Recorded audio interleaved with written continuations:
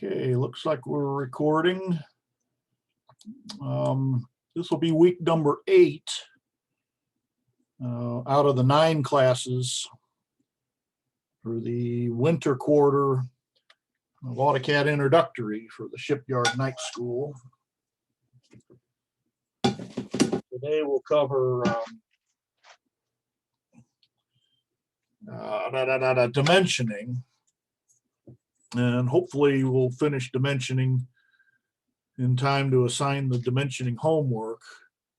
I'm thinking we'll pick, I don't know,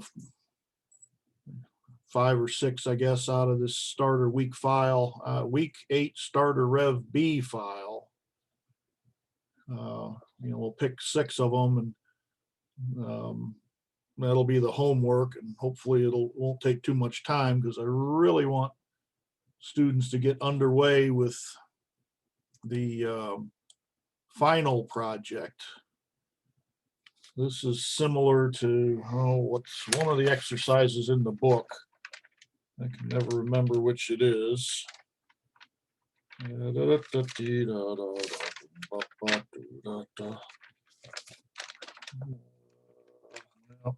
Anyway, it's in the book of exercises, and for I think 3 classes now I've taken that exercise and changed the dimensions and angles and radii, and I try to keep everything nice round numbers, so it's easy to draw and easy to dimension. And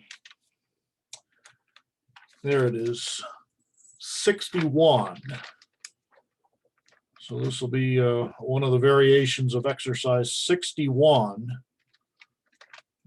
And notice that I've marked this one Rev B.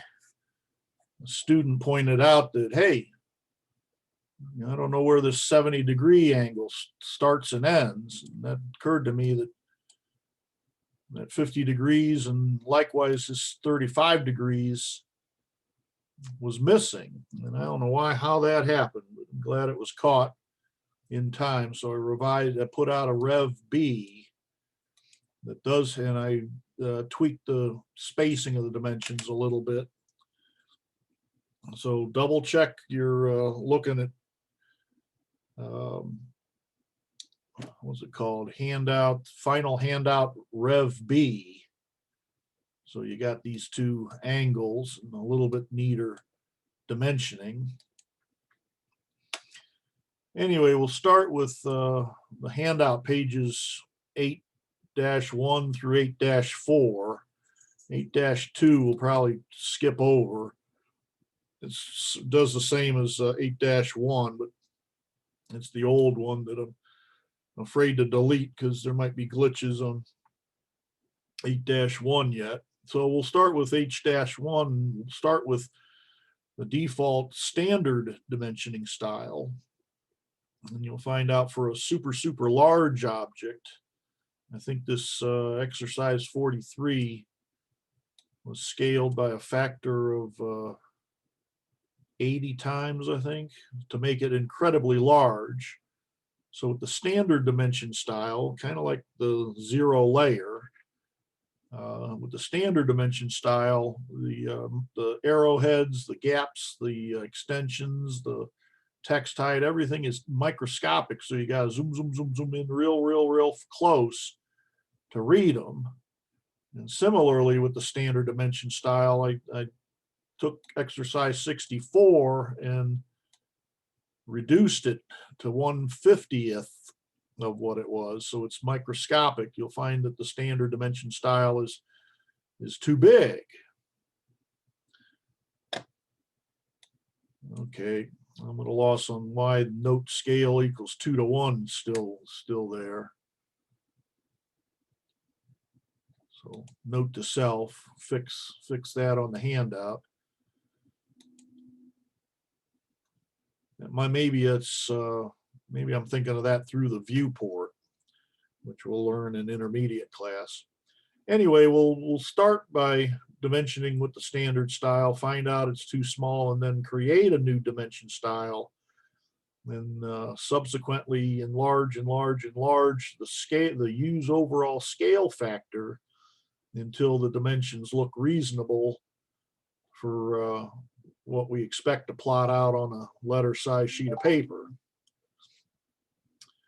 And do likewise for this, naming our new dimension style something different. Exercise 64, or the scale factor that we end up deciding to use to on the printout. Got 415 here. On the printout, dimensions should print out on paper 1/8 of an inch tall. Now, nobody will take a micrometer and look at it, and certainly nobody's going to tell you to change it if it's within maybe 20% of 1/8 of an inch. But that's kind of the goal to shoot for, is 1/8 of an inch for the text height, just like the stripes and cross hatching is, it's traditional or common practice to shoot for 1/8 of an inch spacing across hatch lines. Text and drawings, including dimension text, ideally should be 1/8 of an inch.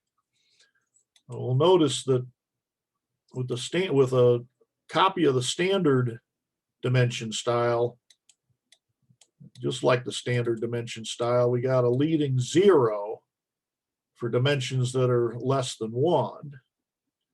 We also have 4 decimals of precision. Now, some of my handouts do use all 4 digits. I think it's like I forget, 1/2 of a 64th of an inch goes out to 4 decimals. And so might change that to a nice round increment, like so anyway, from our copy of standard dimension styles, we want to go to the dialog box that sets or that truncates the leading 0.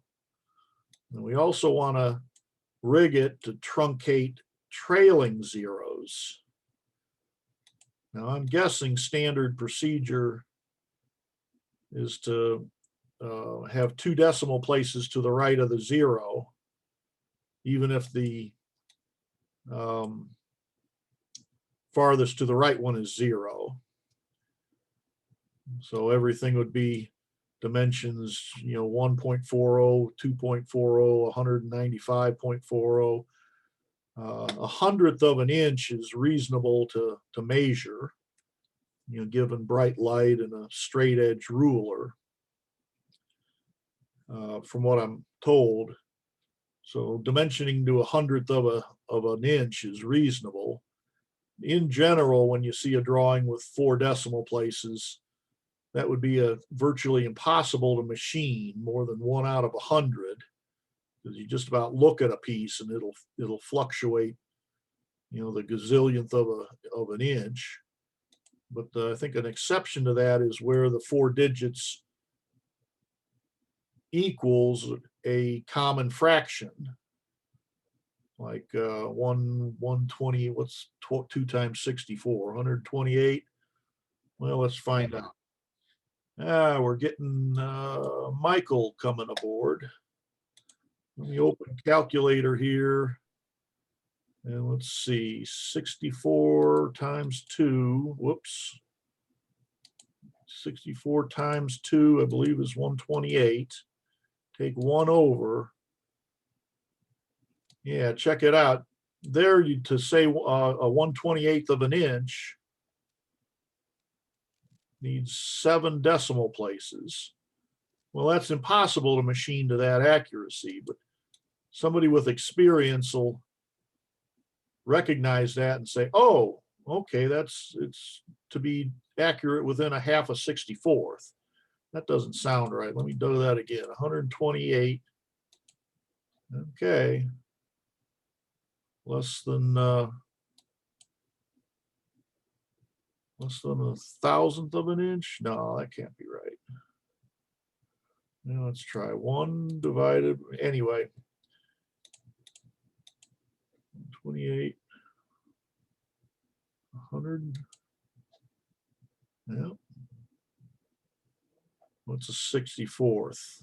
64th of a unit is, that's reasonable. An eighth of a unit. Let's see that. Cancel that. 8, 1 over. That's, people recognize 0.125 as an eighth. 16th is there's a 4-digit one. So a 16th of an inch is a 4-digit one. So if I believe if the machinist sees that, he says, oh, it's got to be to the nearest 16th of an inch. It doesn't have to be that accurate. Anyway, a better way is just to restrict it down to 2 digits. Regardless of what the standard is, these drawings aren't going to go to a machinist, so we'll just dimension them as we're building and changing and modifying dimension styles without worrying, what company standards are. So we'll build a dimension style that I think the same dimension style can work for this top row of small pieces. In fact, I believe standard dimension style, it puts out text about the right size, 1/8 of an inch. If we zoom in and we print these two out on a full 8.5 by 11 sheet of paper, and the text will come out approximately 1/8 of an inch. We'll have to go up, I think I figured, by a factor of 5 for these 3 here, and I forget what the numbers are, but as we get bigger, we got to magnify the dimension style so the text heights, arrowheads, gaps, whiskers are all legible on a 8.5 by 11 printout. In the intermediate class, we'll learn dimensioning in paper space, where we can make it a perfect 1/8 of an inch regardless of the size of the object in reality. If you put an aircraft carrier on an 8.5 by 11 sheet of paper, there's a way you can dimension it so that it's the same 1/8 of an inch on the printout, whether you're zoomed in on a fraction of the carrier or showing the entire carrier. I haven't quite figured out which is common in industry. But there's a new high-tech way of dimensioning,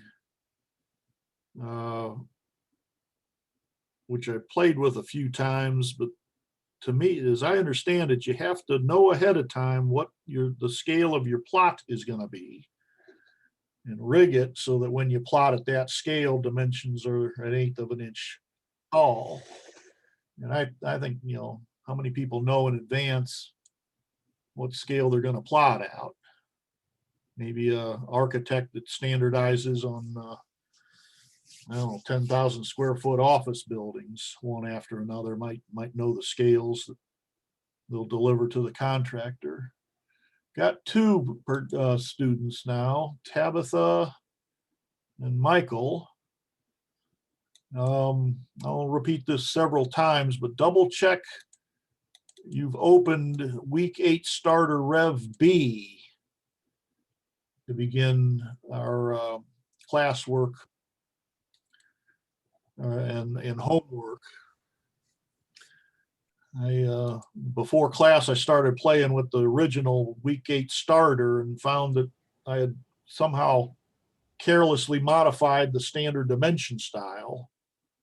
So rather than figuring out which of the, 20 different variables, I guess, or which variable I had changed, I simply copy pasted all the green stuff in the text stuff into a brand new blank drawing. So we got a pure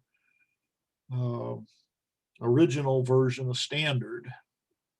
So again, have open week 8 starter Rev B that I emailed you just an hour or 2 ago.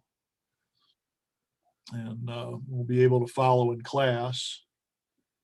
I'll try to work with you you don't have access to your email from where you are. What else can I warn you about? Again, I'm hoping that the classwork is short enough that we can start nibbling on the final exercise. By the way, that one's got a revision B to the handout. Just similar to the week 8 starter file's got a revision B. Again, I failed to put these dimensions. Student emailed, fortunately began work shortly after I sent it out, and noticed that, hey, I need those 2 dimensions. So let's see, 3 students. Adam came aboard. Everybody's that still attends, I think, is in good standing. A couple of you still owe me a couple of resubmittals or complete homeworks. But at this late in the class, I'd prefer you spend your time working on the working on the final exercise, which offhand, I can't think of anything we've covered in this introductory class that you're not asked to demonstrate in this final exam. You learn to use, you got to use some layers, you got to make a text style. You got to tweak the text objects that by tweaking them for properties that are not built into the text style. I should have said text properties. Yeah, we tweak the properties of the text. Today we'll learn how to create and use dimension styles. And it's in order to create all the graphics, I think that'll be a good exercise of polar tracking and object snaps and the various circle and I'll have to admit I use some arc options, which I don't teach very well. But drawing with a circle and then trimming it down to an arc is not much more work than using the right flavor of the arc process. Double check I got recording going. Anybody got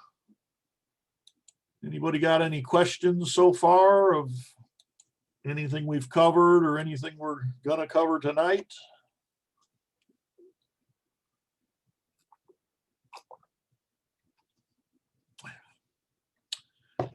Yep, got 4:28. It's starting pretty late with only 3 students. Might give the class a few more minutes. By the way, the glitch I had, I don't think I mentioned this yet, but the glitch I had on besides the starter, I'm sorry, the standard dimension style being altered slightly, from doing strange things, I regret to say some of these, it looks like years ago when I was using these things, I scaled them up and down so they'd look the right size on a sheet of paper when I was passing out paper. So because of that, things are at an, oops, got 2 things selected here, escape. Here the length is 136.1250. Okay, that's a bad example. That's exactly an 1/8. Let me see here. Here we go. This radius is 133.4025. Well, I don't believe 4025 is a nice common fraction of an inch. So I apologize for that. Diameters, the dimensions are unusual. I wish the books, well, I think it's polite to students if the length of lines and the radii, and everything is a nice increment like 10, 20, 50, or 1.2 or 1.25 for a 1 1/4, you know, something common, not some really strange, um, you know, decimal that goes on for as many digits as you care to display. I think probably a machinist would laugh at you at that and just round it off to the nearest hundredth of an inch. So again, check your email and please download and open up week 8 starter B. And similarly, I got a Rev B to the final exam or final exercise handout. Okay, David came aboard. Or was that Adam? So, what else we got? Again, this late, you know, a few of you, I've got red marks that, hey, the homework was unacceptable. Told him or her to redo a couple. And there's a few spaces that are blank where I didn't receive anything at all. But this late, I think please concentrate on working the final exercise. You'd like to see that done well, then have 100% of your homeworks done.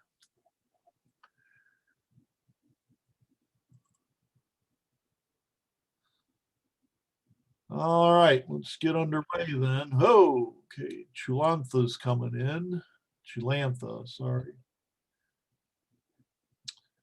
And let's see. Okay, this is a working version of the handout you got. Doesn't look exactly the same, but anyway, today our lesson is creating dimension styles.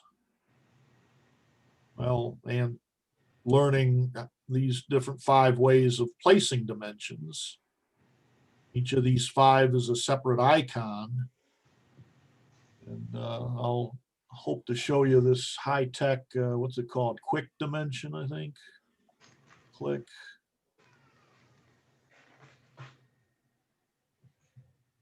Okay, this icon's kind of high-tech, and I think I've never seen it do what I want it to do, so really don't like it.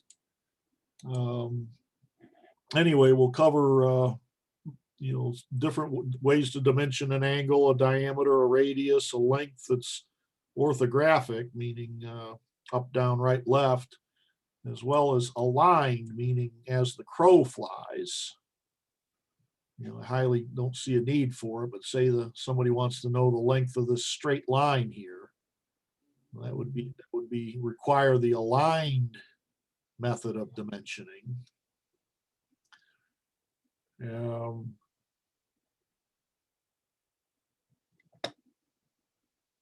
Eventually we'll create a new dimension style and get on with the homework for today or tonight. These little handheld pieces all the way up to the great big assemblies. So let's get underway. This is exercise 43 right out of your book of exercises, but I enlarged it, you know, or in other words, I scaled it by a factor of 80. So this thing is humongous. I forget how big it is, but it might be as big as a house, maybe. You know, maybe a room of a house. And I've also got a itty bitty tiny microscopic piece here, which is exercise 64, scaled down to 1/50th of what it was. Ignore the fact that the plus sign disappeared. Probably forgot to adjust the line type scale for that. I won't bother to fix it. Anyway, let's dimension this. Right off the bat, let's play with the linear dimensioning tool. And we're using the standard dimension style. Just like we have a standard text style, we have a standard dimension style, and we also have a layer 0. I keep telling students over and over again, don't change anything named standard. Besides text and dimensions, there's leaders and tables, which I haven't been teaching. But don't change anything named standard. Use it as a template or a prototype to create new text styles and dimension styles. And in time, you'll learn what the standard text style and the standard dimension style is, and you'll quickly know what to change to the standard dimension style and text style to make it the size and font and all that you want. Anyway, let's get back here on, we're on the home tab. Most of what we'll learn in dimensioning is on the annotation panel. Notice there's an annotate tab. And somebody remind me, there's a center mark tool here. I can't remember if I showed this to you when we were playing with center marks, I think a couple weeks ago, week 5 was it? But that's a new way to create center marks, but I don't find it any better than the way I've been teaching, because for every different size circle, you got to adjust it. You know, granted, it'll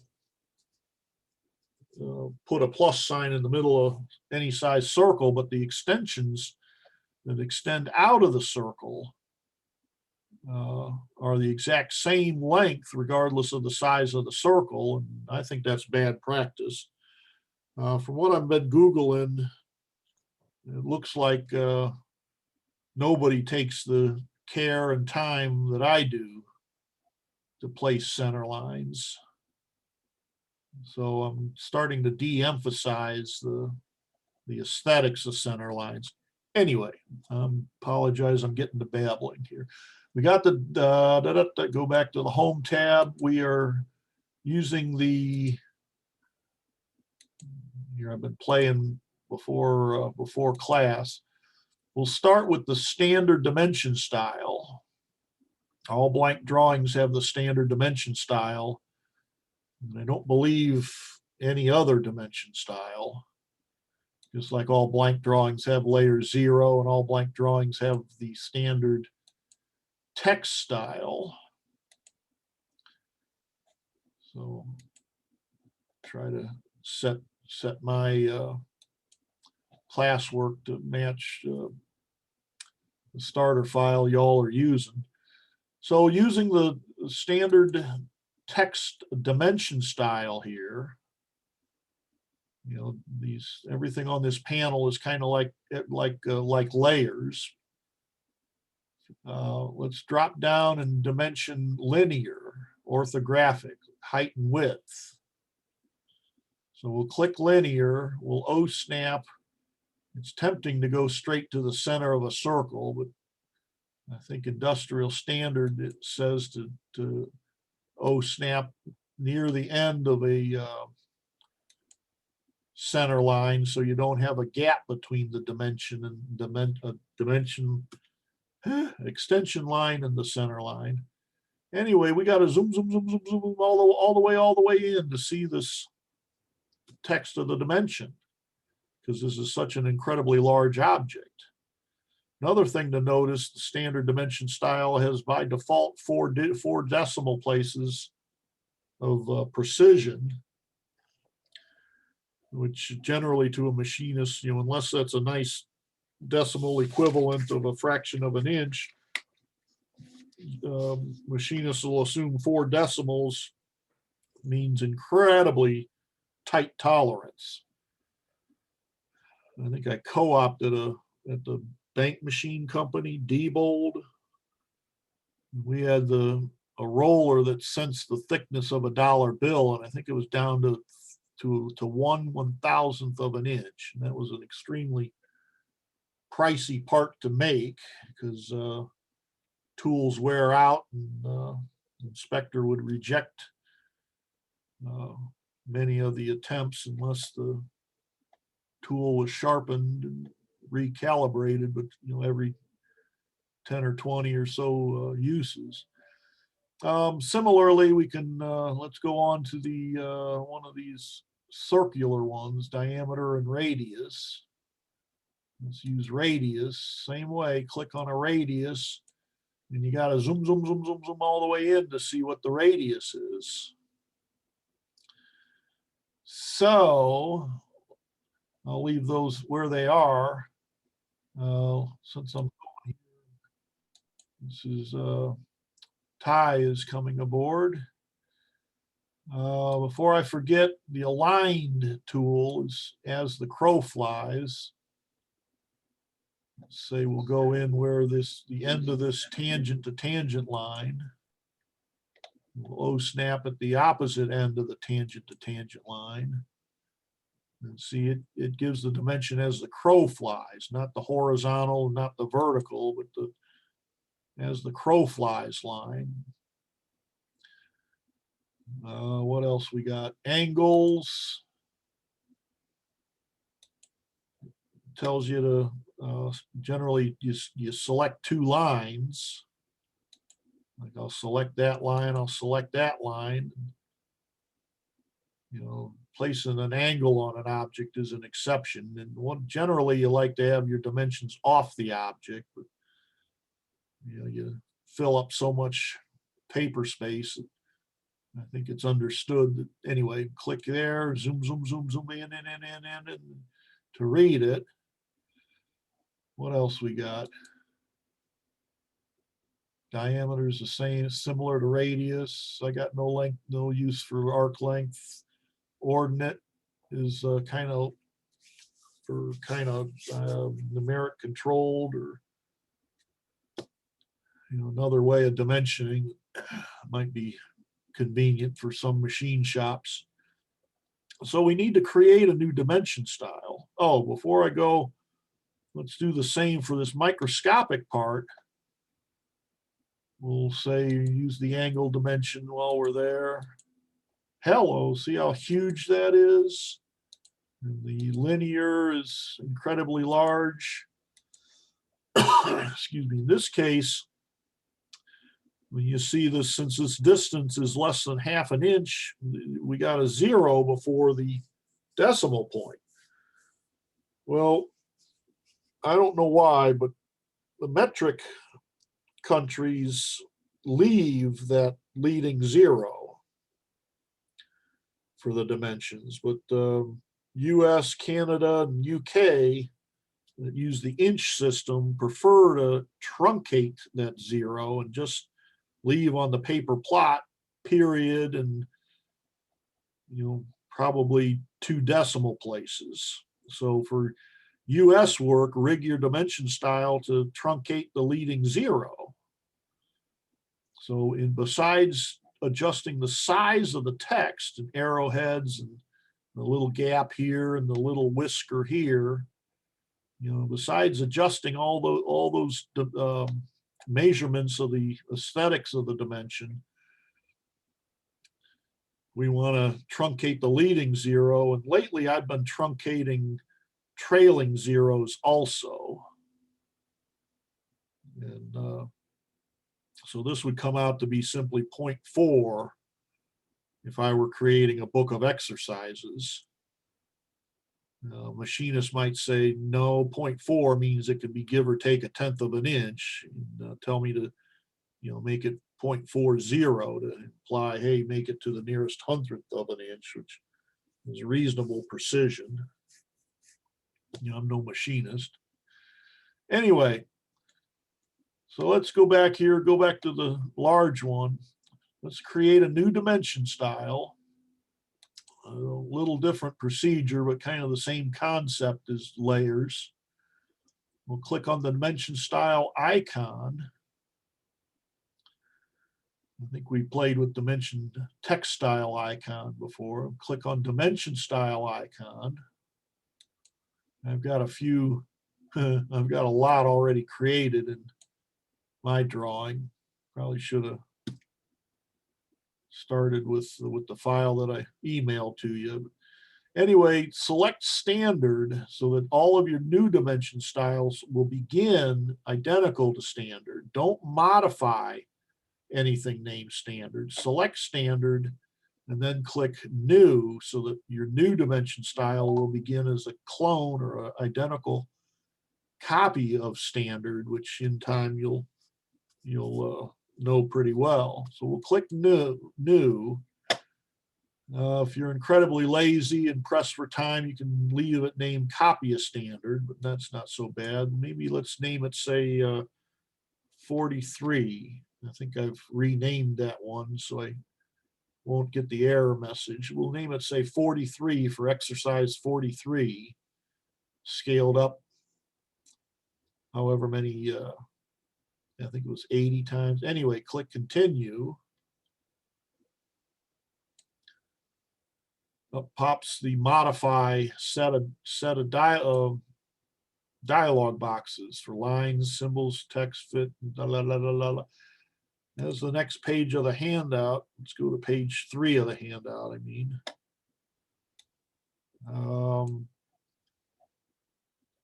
Nope, we'll go back to first page of the handout.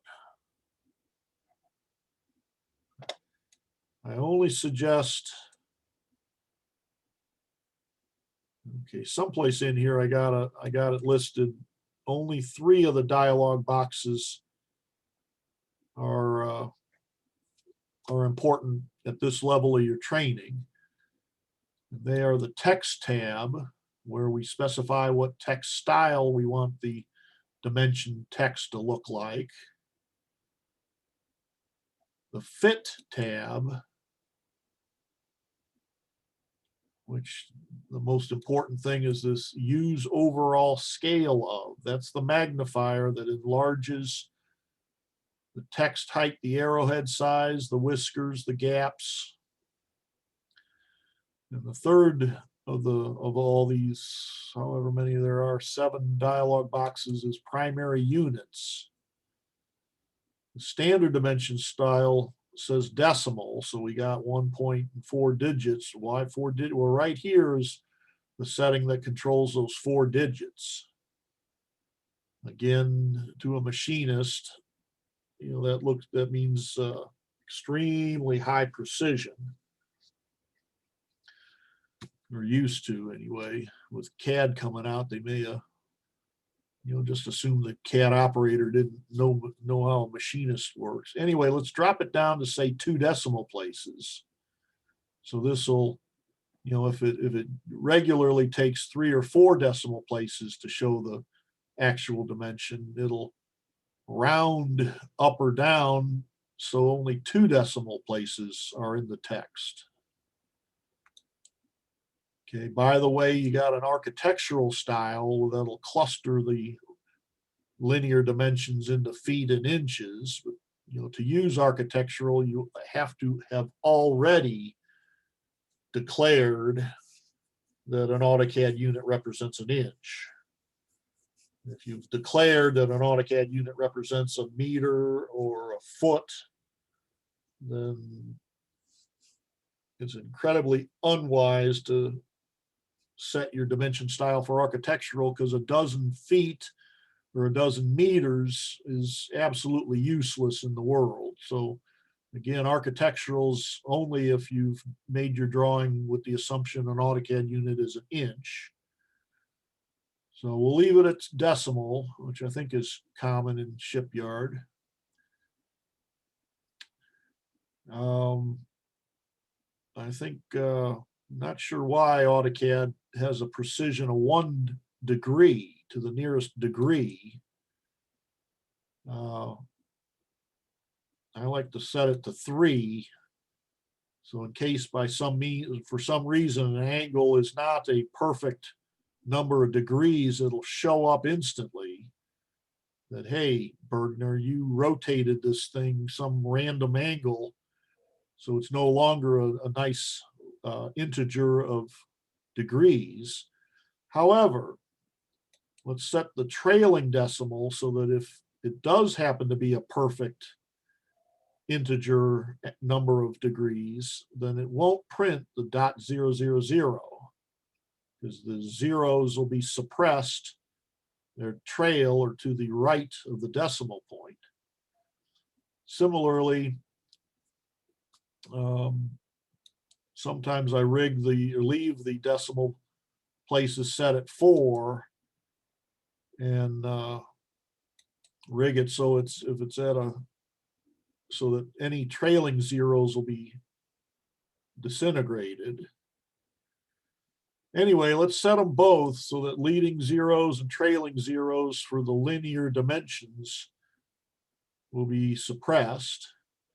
And I can't imagine anybody having an angle that is less than 1 degree. But let's, just for consistency, let's set both leading and trailing to be suppressed for both linear and angular. Okay, while I'm here, never adjust this. This is a way to lie in your CAD work. If you want your dimensions to say exactly half of what you drew it in full scale, then you'd put 0.5 there and the text of the dimension would lie and spell out exactly half of what it actually is.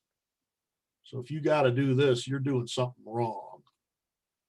Terrible habit. So always, always, always leave the scale factor here as 1. It's about as much as I want to cover to here. Set the precision to 2 decimals. In grading papers, I might go higher so I can see the error. Set the at least the leading zero suppressed for American inch dimensioning. And for good measure, set suppress zeros in all cases. Okay, how do we get the primary units? Okay, fit, again, is the magnification of everything you can put a micrometer to. Disregard everything else. Sometimes I click place text manually, but I rarely see a need for it anymore. And again, the text tab, select the text style that you want your text to look like. I don't see handwriting, but architects used to like their dimensions to look like they were hand drawn, so they might rig it with handwriting. Okay.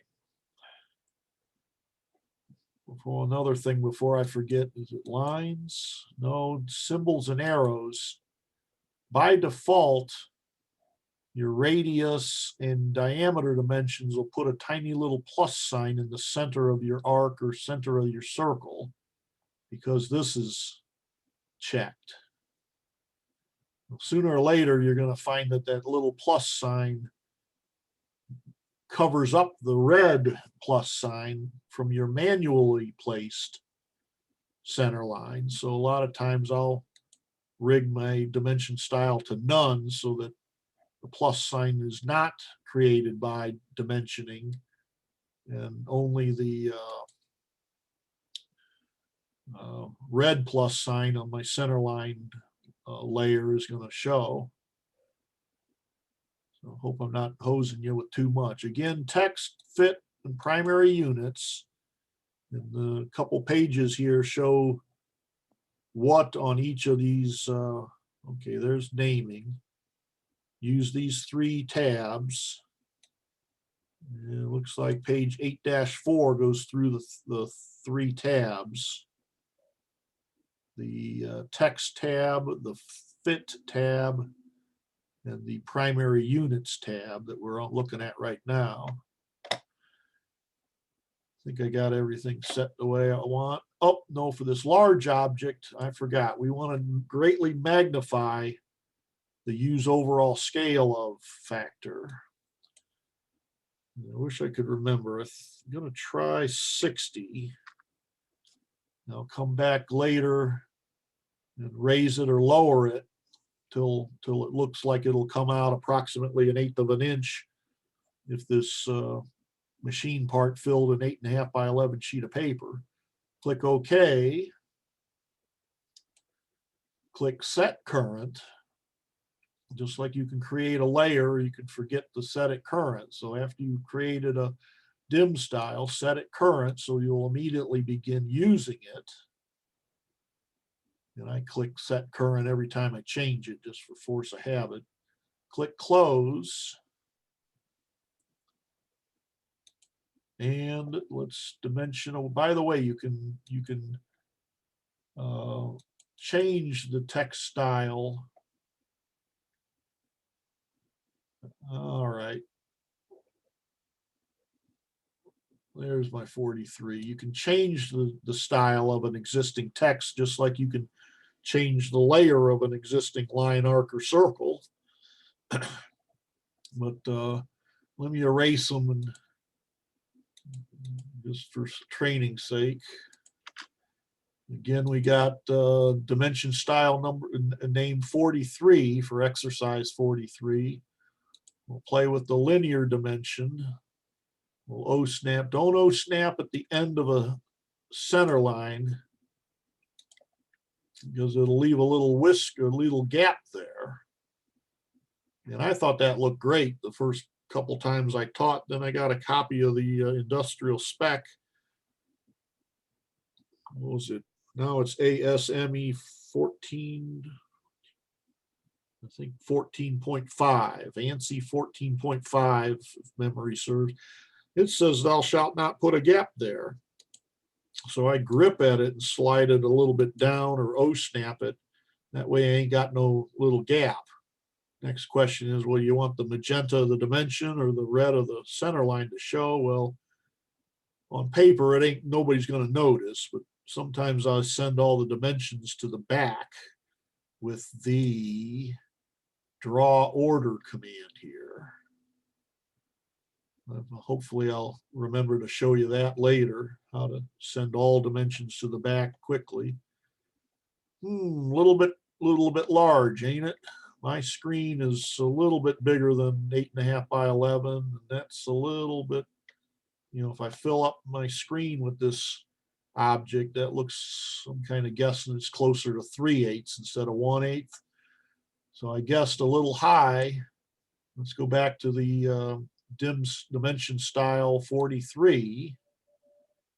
It's current, so it's easy to come up. If we were using a different dim style, we'd want to select 43, come over to modify, and change on the fit tab the use overall scale of to say 30. Click OK, click set current for good practice, click close. The text height reduced to half of what it was, which will be pretty close to 1/8 of an inch. If I were to window this part and print it out to fit and center on a 8.5 by 11 landscaped oriented sheet of paper. Similarly, the angles. I don't believe you can select an extension line. You got to use a regular line or a polyline. And it came out, hello, there's an O-snap bit me. You can grip edit these things. And apparently that's a perfect 90 degrees. If it was 90.1234, then, or 123, then my dimension style would expose that imperfection by adding 0.123 in the text. a line dimension as the crow flies. We'll go from the end of this center line to the midpoint of the center lines, or center of the circle, or end of the red line. Dimensions should generally be I think someplace I put a rule of, gave you a list of good practice guidelines. One of them is to place your dimensions off of the object. Now, sometimes you just can't obey all the guidelines, and you end up trying to minimize how many you break. But this early when you're dimensioning it, try to follow the guidelines. Similarly, we'll dimension a diameter or two. I like to put the biggest arc or circle at the top, and subsequent smaller ones below. Oh, my O-snap bit me there. I homed in on the midpoint. So let's be a little more careful. How about these radii here? Well, that would be a radius icon. Now there's a glitch I think we'll run into in recent AutoCADs. See if it comes up. No, it hasn't come up this time yet. So we'll get the radius off of the object. Here's kind of the glitch. For some reason, recent AutoCADs like to have this little, phantom arc when you dimension very, very small radii. And, I've searched a few times, and generally people don't care about it. The only way I've found to rig it so you don't have these silly arcs is by doing some type-in work to set variables, or you can explode the dimension and do anything you want with it. Exploding a dimension is bad practice, but just for demonstration's sake, we'll explode it. Now everything is a separate piece. This arrowhead is, I believe, a solid. Yeah. Not a three-dimensional solid, but a two-dimensional solid. So now that we got this exploded, RO for rotate. Can't believe I'm doing this, but we might rotate the line, and M for move, and jury rig it this way. Maybe grip edit out, and L for line to draw a whisker, and M for move again. You can jury rig it that way, but if you double the size of this machine part, this exploded text is not going to keep up with the increase in the size of the object. If I double the size of this thing, dimensioning will stay honest. The 60 diameter will change to 120 diameter. So with this exploded text here is going to remain R10, whether I double the size of this machine part or make it a quarter of the size it is. We might delete these objects. I selected and then hit E for enter instead of erase icon, select and hit enter. Oh, getting back to radii, before I forget, a lot of my the exercises I'm developing, rather than dimensioning this is a radius of 10 and this is 10 and this is 10 and this is 10, double click on the text, and before, to the left of the text, you can add special type characters. So I think you'll often see, like, say this, for these four are all identical radii, type in 4 capital X space. click out of the text editor box. The machinist will examine the drawing and conclude that these 4 that look similar are in fact identical, and they are radius of 10 units. Now, if you don't have space for 4x blank space R10, double click and put a question, Mike. You can put a. Sorry, I didn't realize my mic was on. I got a phone call. Not a problem. I haven't found a way to adjust this white space yet. It's a little always wider than I like, but you double space, you can put your cursor, by default, it's to the left of the items that you type. You can come over here and add decimal or carriage returns, enter keys, and be on the lookout. I think Control End will work. Nope, that's Control Home. There, Control End, enter. You might put down, I don't know, round in field. I'm just kind of making this up, but I believe I have seen, cut in field to fit, being after a dimension. It should be in caps. Everything in drawings are still everything in caps. So my point is you don't have to settle for with the automatic text. You can add stuff before and after and put enter to make multiple lines. Now what happens if you delete everything? Oh my gosh, what's going to happen? Well, I don't know how many textbooks tell you this, but you can restore the original automatic text by the 2 characters. What's that? Less than and equal than. We'll tell AutoCAD to go back to the associative text that was placed automatically by the dimension style. That whisker's a little long, not a problem. Whoop, hit escape. Select the dimension and grip edit it to fit.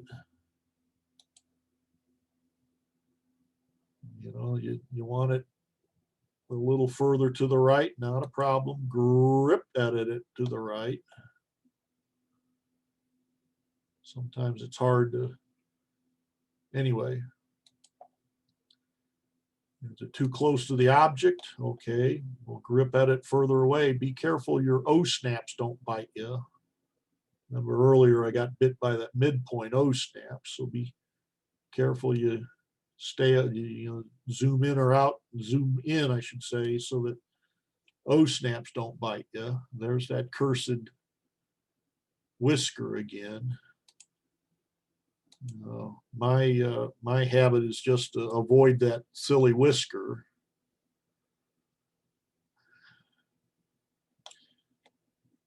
Any questions so far? Oh, by the way, this is I think this is a 3D object is why it's into one. Let me freeze the solid layer. It'll be more like the handout. So now everything is lines, arcs, and circle since I deleted the 3D solid made out of this.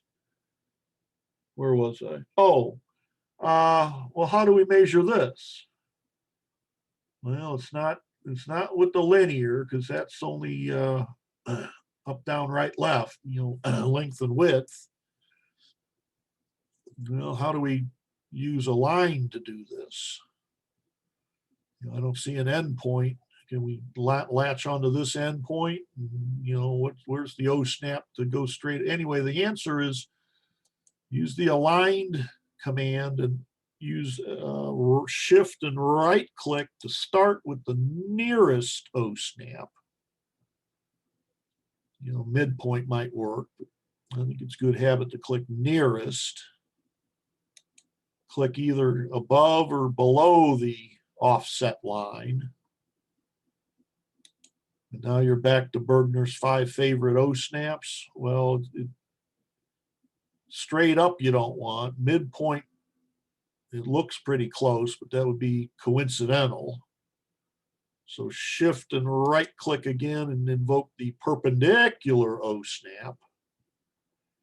This way you go straight across the from one offset line to the other. And there you are. Now I'd suggest, you see how there's some magenta lines forming. And I think it's good habit to minimize the length.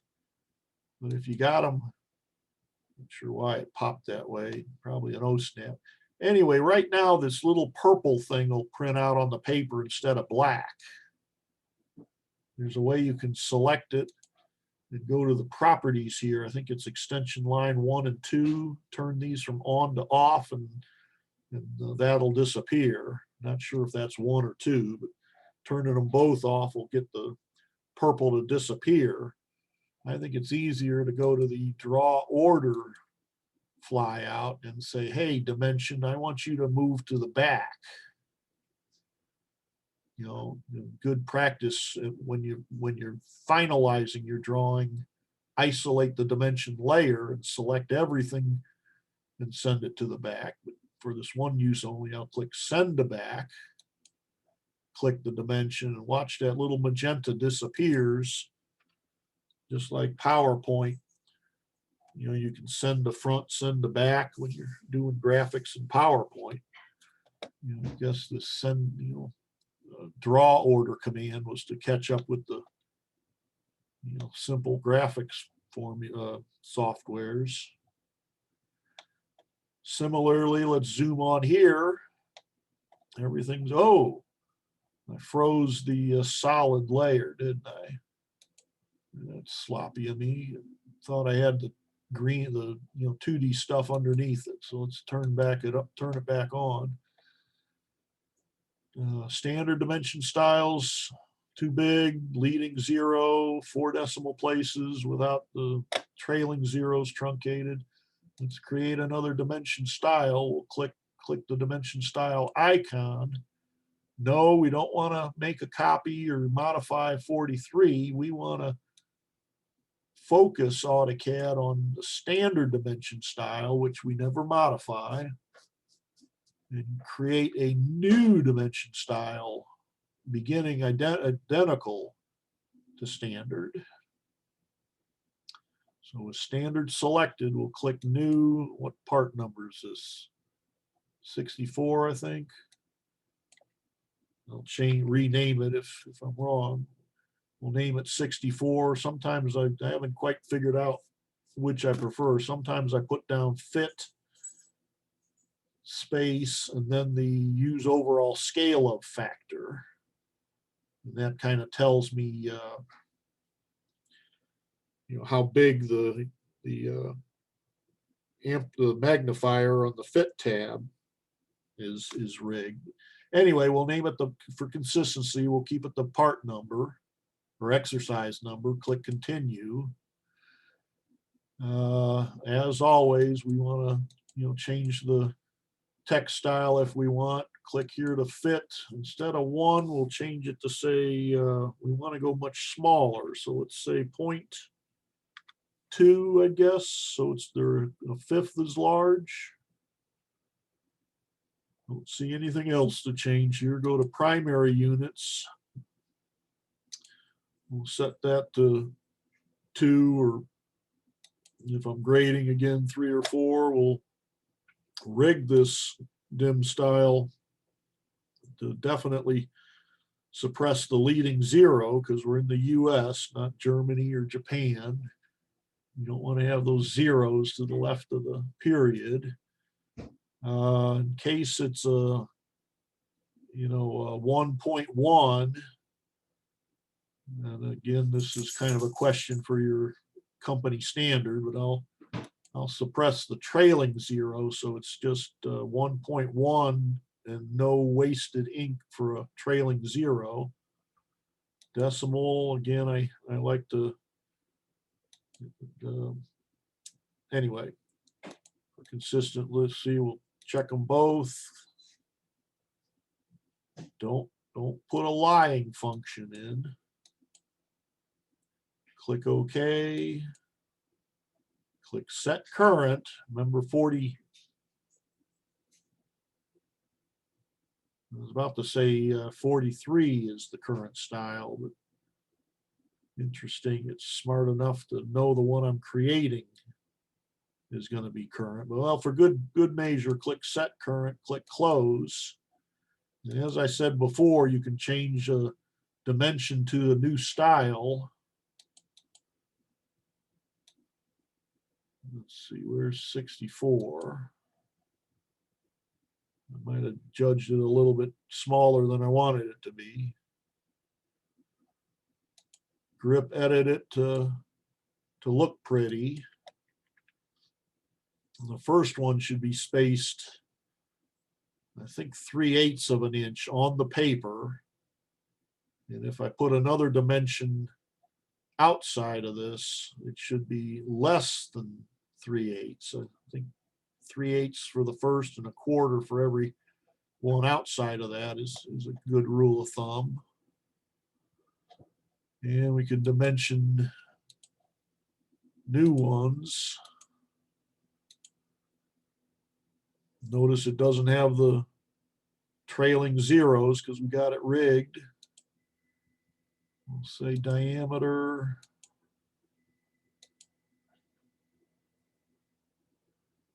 Okay, interesting. It's not a nice round number, but that's okay. Radius, I don't see, I dimension both of these by circle or by diameter, but for demonstration's sake, we'll place a diameter.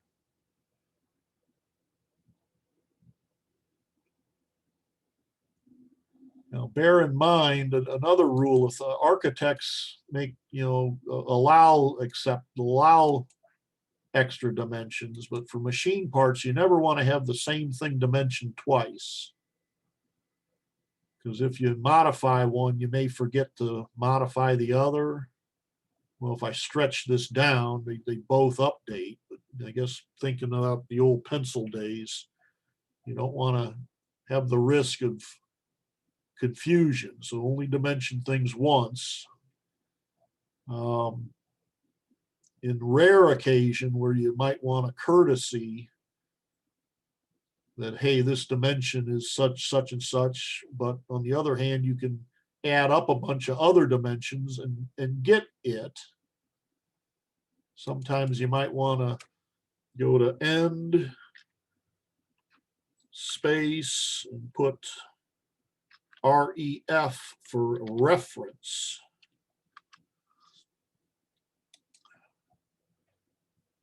I wasn't expecting it to drop out, but we can force it to fit. Yeah,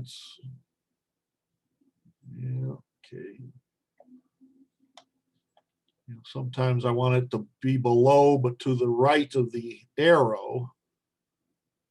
It stays to the left always. You slide it up, it stays to the right, but I want it down and to the right. Well, deal with it. Maybe redo it, but change the order of the start and second point. Anyway, the REF means, hey guys, this is not contractual, but if you want a second opinion, oh, by the way, this dimension can be obtained elsewhere, but for your convenience, I'm going to tell you what it is, but be sure you follow the other dimensions just in case I'm wrong. Architects might have, they might have room to room to room to room, and sometimes put the overall, which you could add up by all the rooms and the wall thicknesses, but the architects don't. Anyway, any questions so far?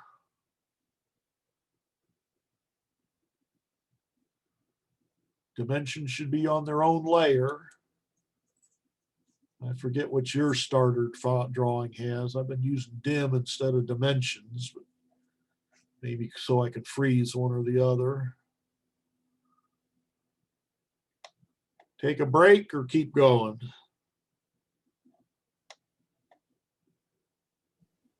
Can you show again how to send the extension lines to the back? Certainly. By the way, notice that the plus sign disappeared because I got the diameter and radius rigged to show a mark. So if I were to print this out in black and white, there'd be no plus sign there. Well, I guess there wasn't a plus sign to begin with. Let me put a manual plus sign. Line type scale 0.2.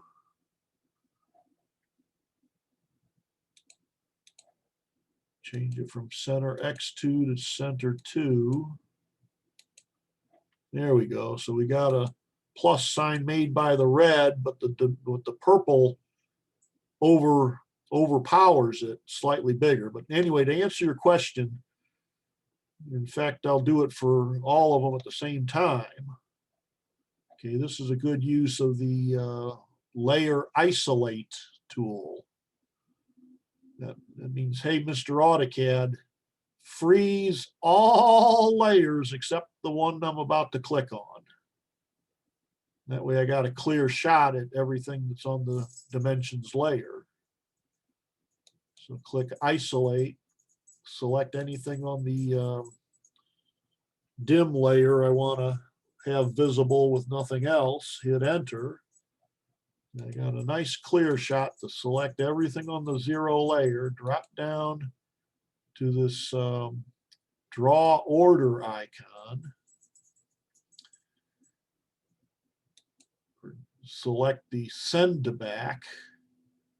I think you only use send to front, send to back, but you can send it under a specific object or forward of a certain of an object. Anyway, where was I? Send to back. So it's as if it was the oldest object created. And then hit the unisolate. Notice all your layers are, oh, I said frozen. They're all off. Not sure why off instead of frozen, but that's okay. Click the unisolate. And all those layers that were turned off are now on. I don't know what I got draft frozen for. When you get into cross hatching, you might solid fill, paint an object. Well, what if you draw a polyline of a certain width?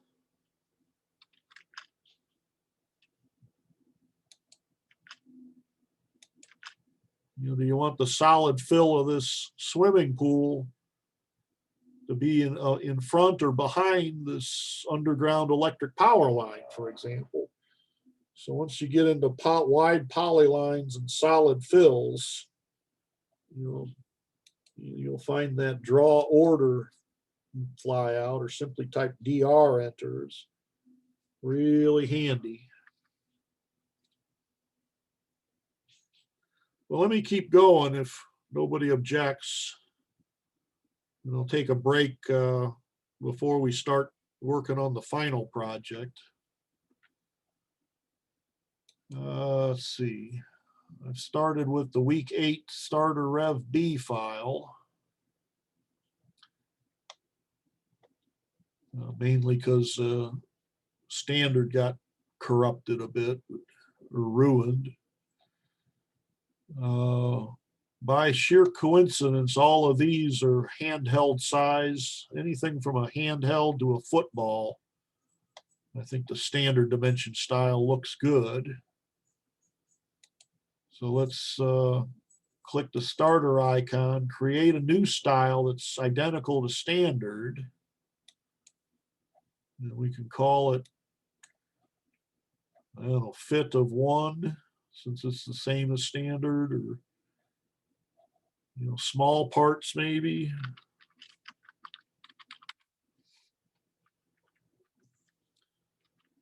I think on I like to have a new dimension style named for each and every exercise, which hogs up a file size.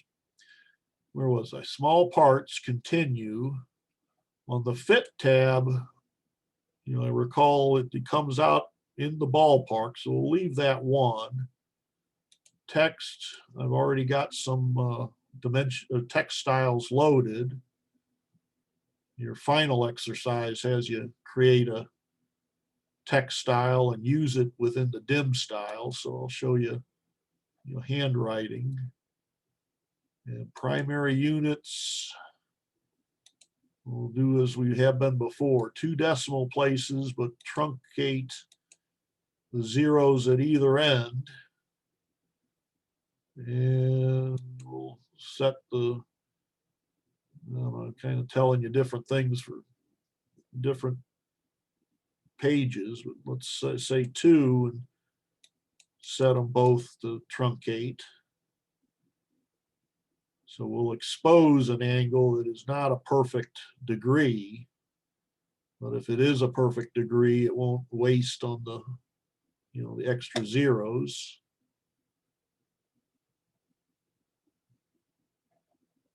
I'm tempted to change that to a mark. What the heck? Let's change the center mark to none so the purple plus sign doesn't overwhelm the red. Again, handwriting.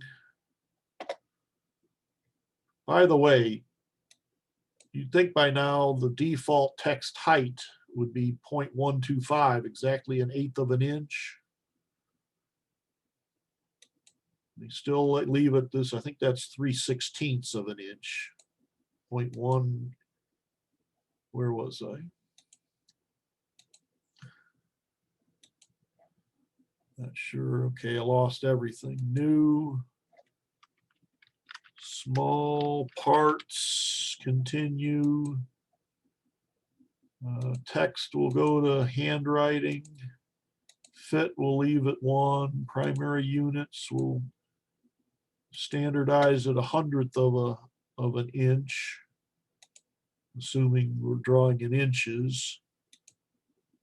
We'll expose odd angles, but hopefully we won't see any that aren't integers. And we'll suppress the center marks made by radius, and diameter dimensions. Click OK, click Set Current, click Close. And I don't know if this would be a dimension by angle or linear. We'll stay with linear. Say from there to there would be 56/100ths. If we had it set for 4 decimal places, it might be 5612. Let's see. We'll also do a 1 1/4. Now, one of the guidelines is try to get your dimensions on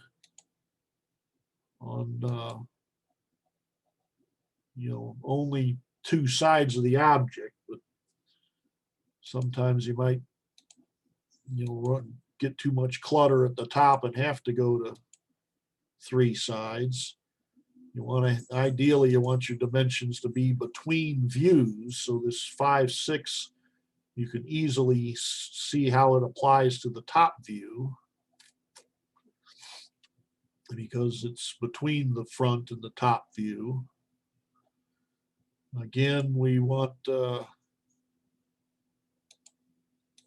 think it's wise to grip edit or place dimensions so you won't have anyway, getting into the thou shalt not have a gap between an extension line and a center line. Let's place a few radii. I guess all 3 of these would be radius. By the way, what do I do when I see the jagged octagons? RE for enter, or I mean regen. How do I make it so I do it less often? RESVIEW. No, other way around. VIEWRES. An extra S in there. Yes. Crank this to the maximum, 20,000. So I'll have to regen less often.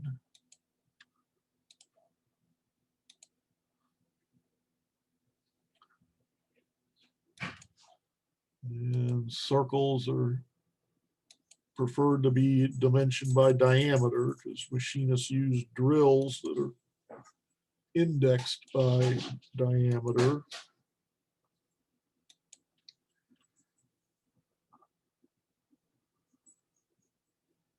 Oh, gotta dimension that guy yet.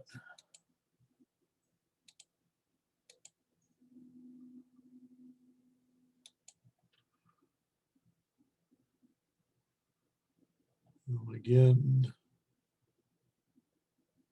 you might want that dimension to be on the top. Don't see a way to put this on the right side, you know, without, so maybe we'll, you know, there's a bit of an artwork to dimensioning, I'll have to admit.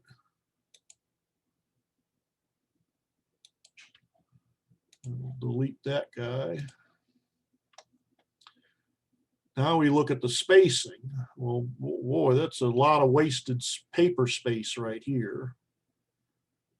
So let's slide this guy so it's about 3/8 of an inch away from the object when printed on paper. And the spacing of the next one should be a little less, you know, close to 1/4 inch on paper. You don't gain much by moving this closer unless you can move these, and I don't think you can without changing the use overall scale.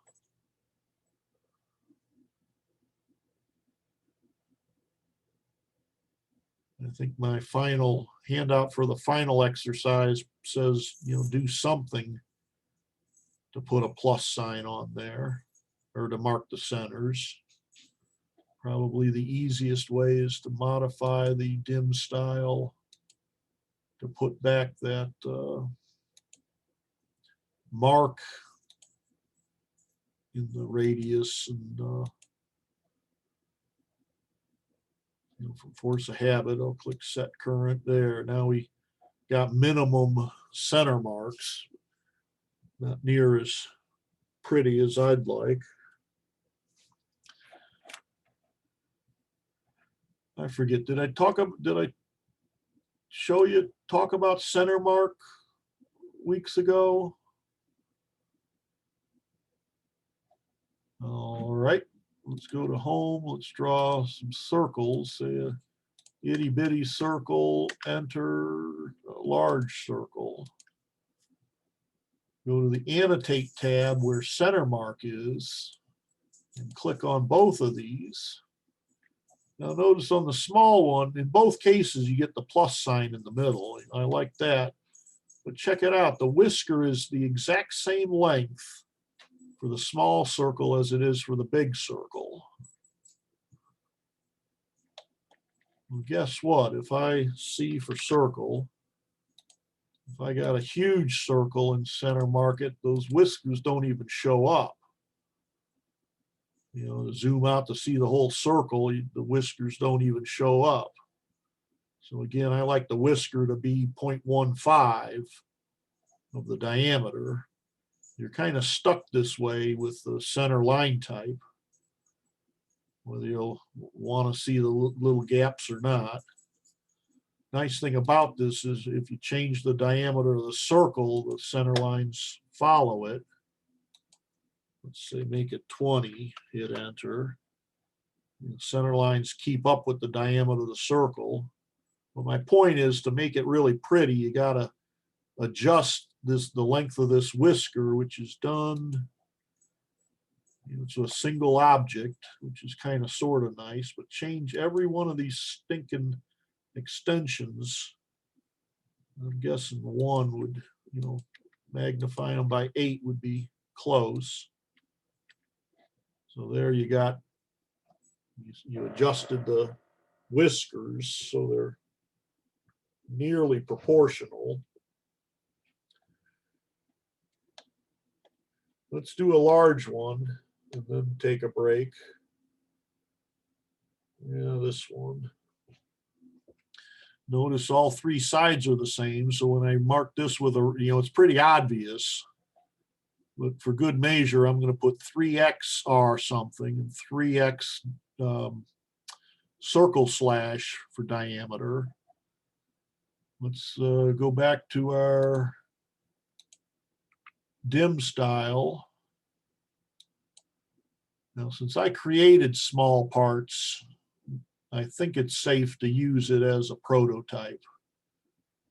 Because I want to continue the precision, the suppressed leading and trailing zero, yada, yada, yada. So knowing that I made it and what I changed from standard to make it, I'm going to use small parts as a template for the new dim style.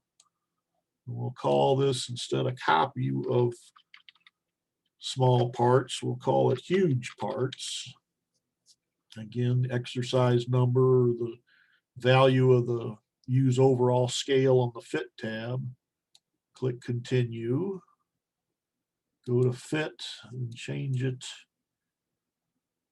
Again, I can't remember. I'm going to shoot for 50.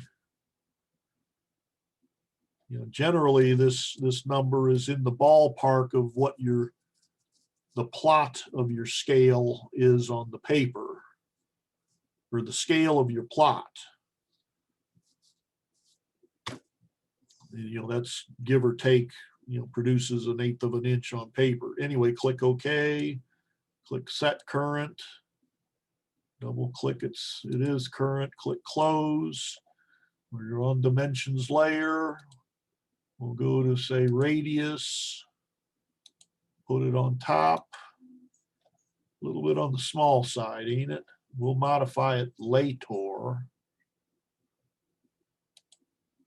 If I did name it by the use overall scale, I'd want to rename it. Odd.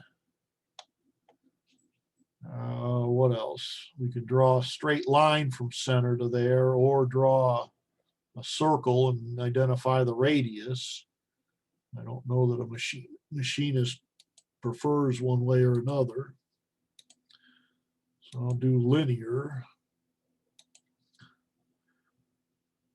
We'll do this, the radius of that guy. Radius. I don't see a need to put 3x because it's even more obvious that these three are the same than it is anyway. What else do we need?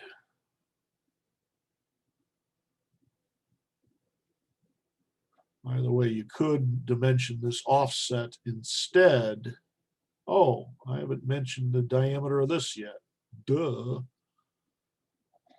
All right, let's go to diameter.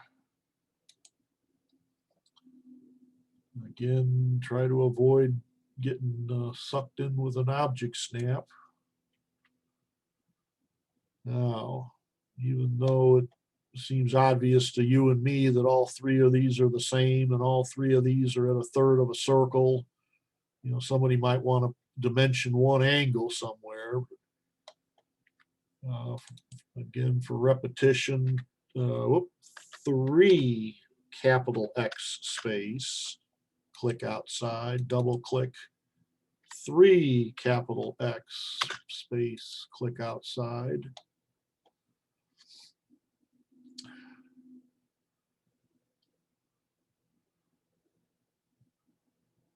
And for good measure, I'm going to go to the large center line. I'll draw from top to bottom. I'll scale to 1 and 1.3.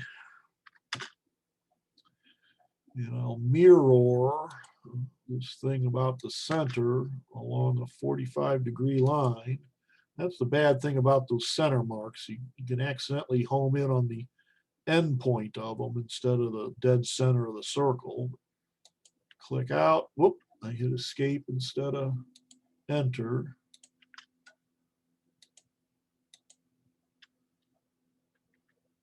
Damn it, did it again.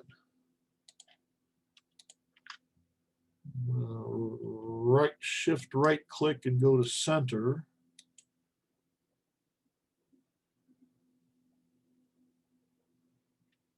All right, right click center. There. At a 45-degree increment, then I'll get my left hand off the keyboard and hit enter. Got a ton of blank spaces in there. I'll select them both. I don't think it harms anything to window them because these have no effect. We'll change the line type scale to say same as the fit number. Now I look back, well, by golly, I'm going to print 4 of these on the same sheet of paper. These are way below 1/8 of an inch if I'm going to print all of these on an 8.5 by 11. So let's up these so they'll be 1/8 of an inch on the sheet of paper. That would be go to the dim scale, the dimension style for huge parts. Might want to rename it to medium parts, but that's okay. Modify, select the fit and change it to maybe 150 to triple the size. Click OK, click set current for good measure, click close. Yuck. You'll either need to rearrange them or rethink.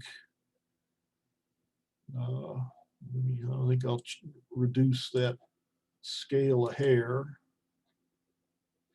Change it down to say 100. OK, set current for good measure, click OK. Well, this is bad. You got text on top of the dimension line, and the worst sin is an arrowhead covering up the text. That's unforgivable. So we'll slide this guy out. Well, there, it's a little bit congested there. Let's slide him down. That might be deliverable. All right, let's take a 10-minute. We'll reconvene at, say, 5 minutes till 6. It's a little more than 10 minutes. And I'll stick around if anybody needs help. I don't see any harm in creating a dimension style for each and every object. But again, if they're all about the same handful, the same size of, you might use the same dimension style for a few at a time. Oh, here's the guidelines. Some books will have a longer list and a few will have a shorter list. And some of them are redundant, like place longer dimension outside of shorter ones. It's kind of the same as saying always leave, a bad example, but you don't want to dimension to hidden lines unless there's no other way, unless you totally redo everything. Nobody will pay you to erase all your dimensions and start over.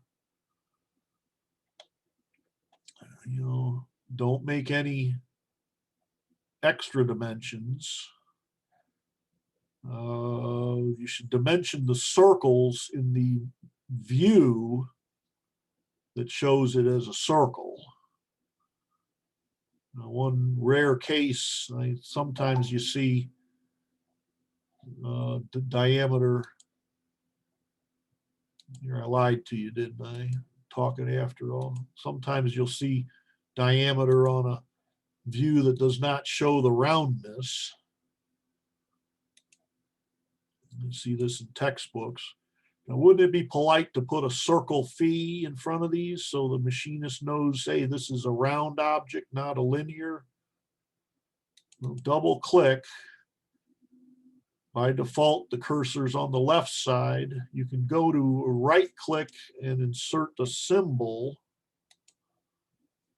of diameter.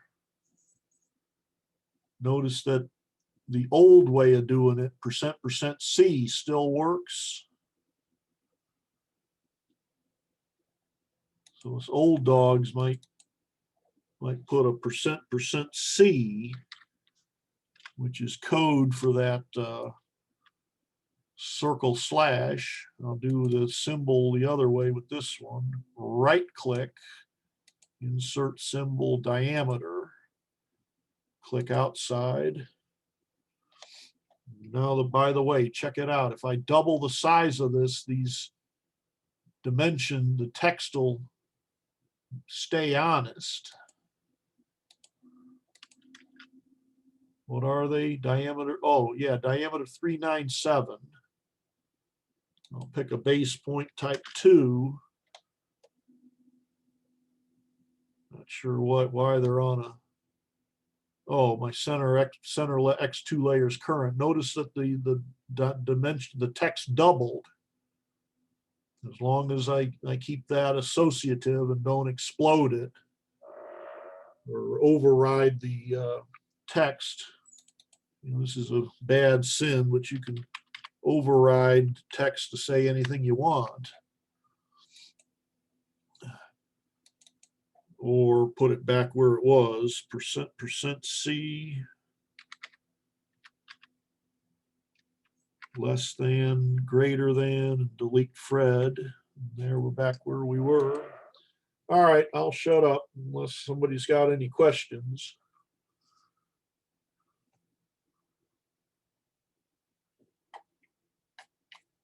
Now here's a case where, how am I going to dimension the depth of this counter bore without dimensioning it in this view?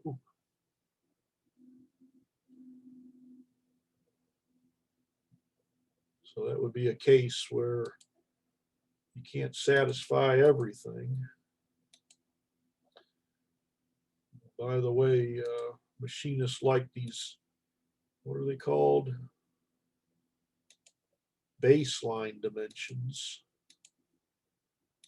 You know, they need to get this off the object, but you know, they like to put their ruler, you know, their tape measure at one point and then go down the length of the tape measure and just mark off, you know, length by length by length without having to rehook the tape measure. These are called baseline. I think it's polite to stagger them like a staircase. On the annotate tab, there's a way of automatically doing baseline. I can remember where it is.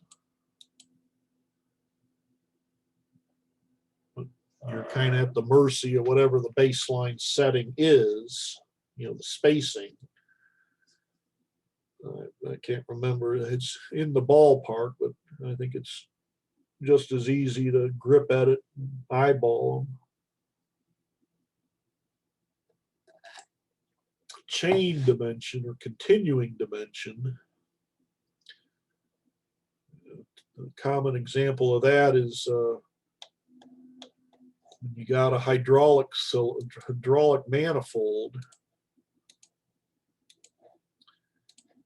You got a bunch of circles in a row.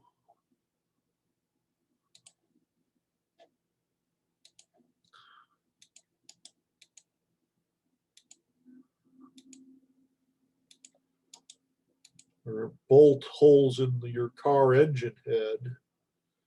It's not so important where this circle is from the edge. You want this circle to be a known perfect distance from the ones on either side. So that might be a use for the continue dimension. I'll do it manually here.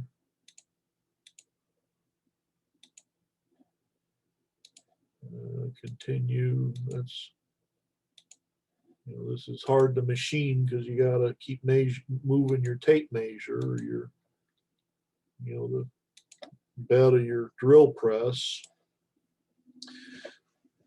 The automatic way of doing it I'll erase them off. Probably got to be done immediately after the first. Whoops.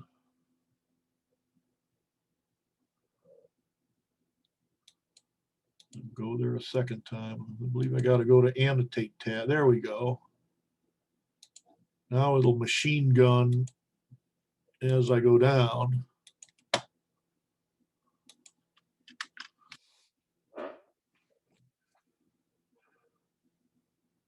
Don't think anything, don't believe there's anything to adjust as long as you got the first one in the right space.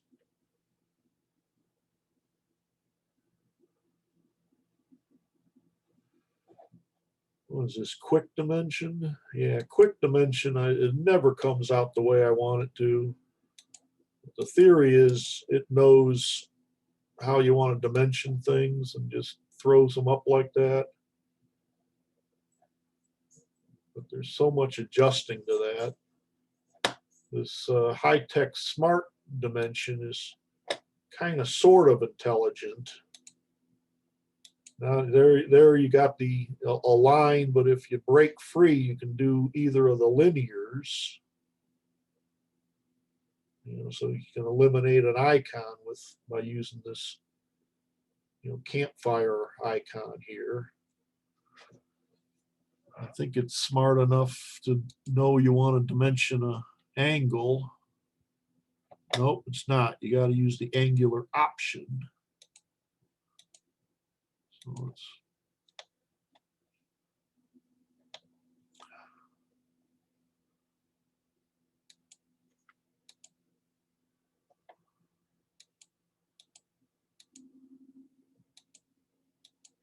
I think the times to use that quick dimension are very, very few.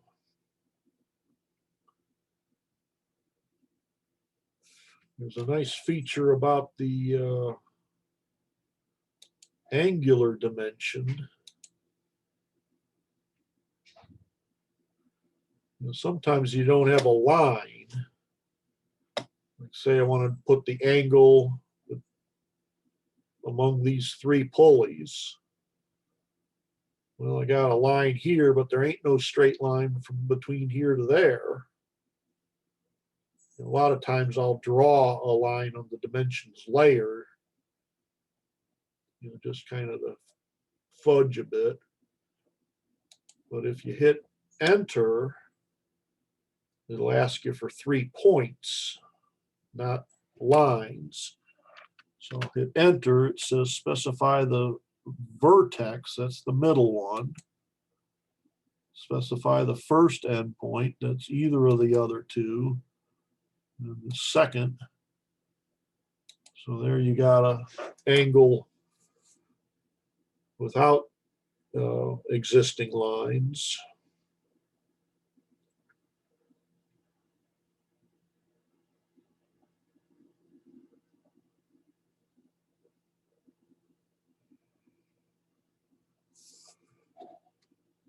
While I'm rambling, it's kind of bonus stuff. If you're taking a break, you won't miss anything. Sometimes you got a machine part with 30 or 50 holes in it that are identical. When was this? 1986 or 7. An edict came around saying, "Thou shalt not use the word typical." I never heard what triggered the ultimatum to come out, but I think other companies accept TYP, to the right or below a dimension, so that if you see a feature, in this case a circle, that looks the same size as this one dimension, you can assume it is the same size. And I'd guess somebody at the shipyard overlooked that there was another circle that was ever so slightly different. And the machinist drilled this because he saw typical. So an edict came out from henceforth, thou shalt count the number and never, ever, ever use the word typical. So, okay, these, I guess these are the three, so that must be the 3x, and I'll have to figure out what this slightly different one is.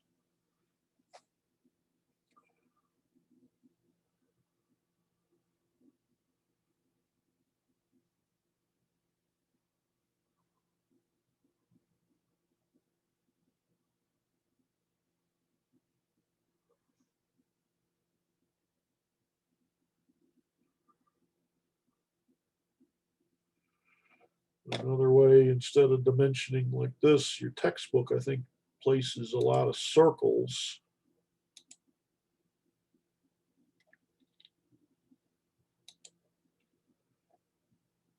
Getting the plus signs and the gaps is quite tedious. You can draw a circle and dimension it by the radius instead of this linear way. Same number.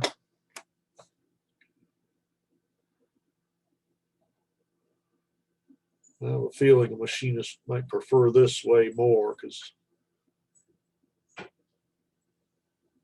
might be a way they could rig a scribe exactly this distance from this center and spin the table so it scratches that line on the job.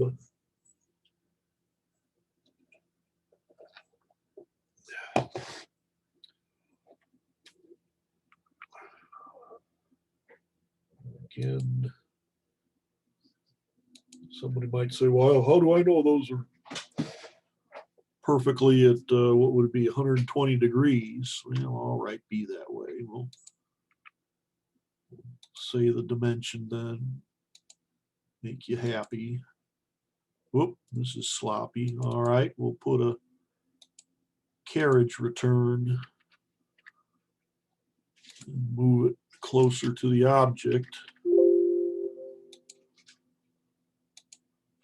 All right, Burgener, select it, grip edit it closer. There, white space all the way around. Again, everything should be on dimensions layer.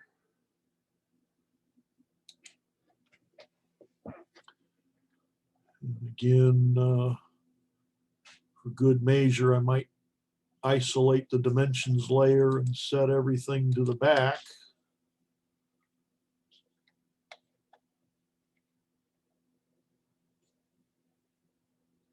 Thought I had a lot more.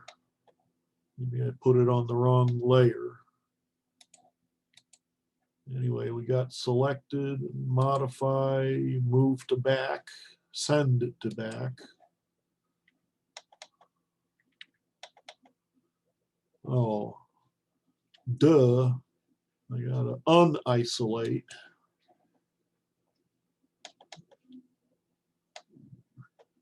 Yeah, looks like I've been dimensioning on the wrong layer.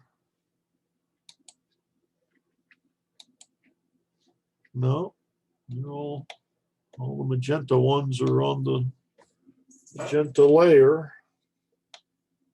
Oh, except these aren't.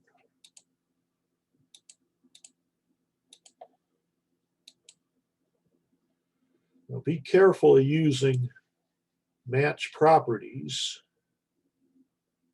because that'll not only change stuff to the layer you want, but it'll also change stuff to the dim style of your first selected object, which may not be what you want. If I selected one of these first and then selected these, these would change to the dimension of the first plus the dim style of the first.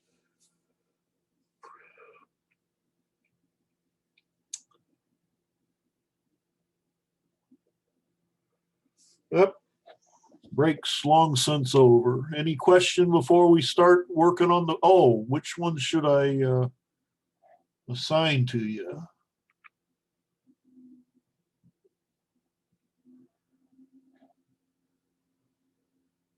Not sure if I can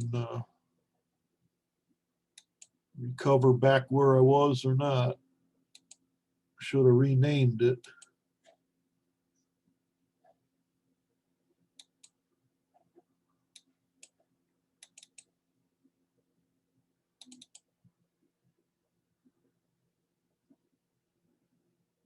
Rev B. Which one should we do for homework?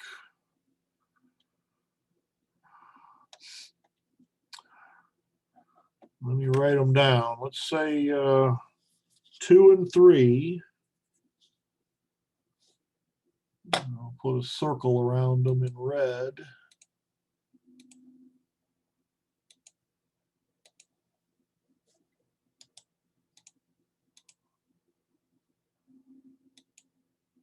And I'll leave it up to you to what you dimension and how you dimension it. All I ask is that I not find anything extra, and everything critical is dimensioned.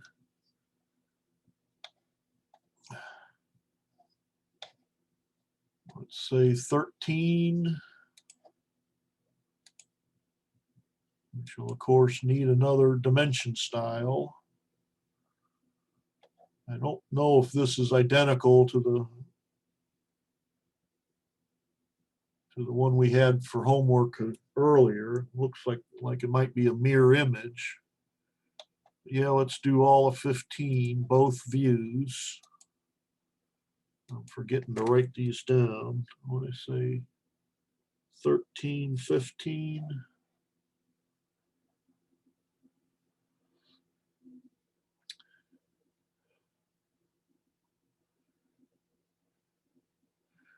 And let's do 17, which will be on the recording. So do it the way I did on the recording, or show me a better way. Again, dimensioning is a bit of an art form.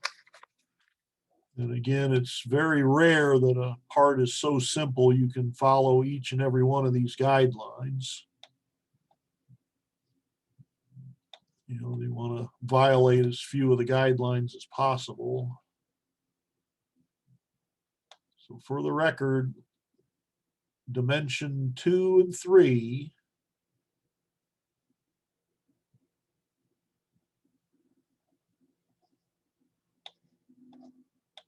13, 15. Actually, you could probably go to your textbook and dimension it the same way as the exercise book. Though I don't always like the way they dimension, he or she dimensions. And 17, which is on the recording.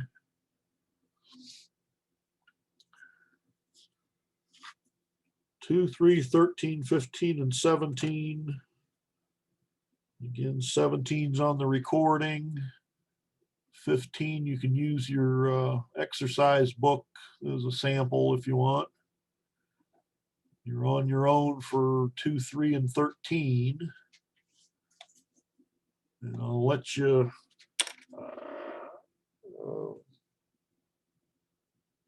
decide whether dimension an angle or dimension it length and width. Don't dimension them both ways. We have a couple exercises that you can place circles obeying the angle they're placed at or by the linear dimension they're placed at. And you'll find that one or the other is slightly off. You can't satisfy them both.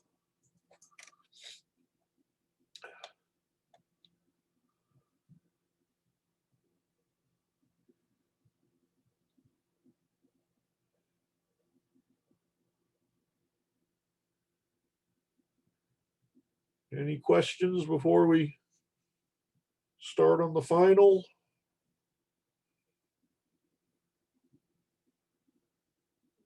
I'll give you time next week to finish the final.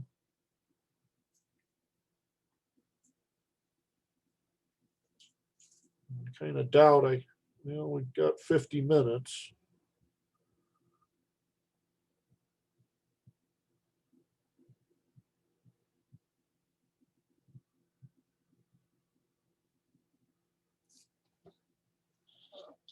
All right, let me get you started on the final. I'll probably let you out early again. Make up for those weeks I held you over. I hope, doubt, and hope won't finish the final for you. But I think I can get you well underway. So let's open up the, what's it called? What did I name it?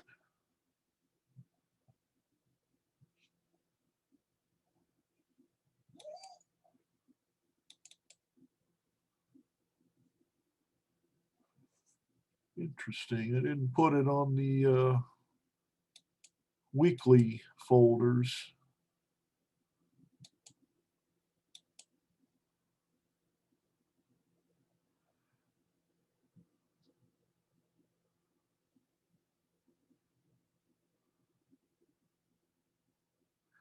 Oh, duh, there is no starter folder. A starter file. So I'll start a brand new drawing. Feel free to use an old drawing since some of the layers are the same as we've had on an old drawing.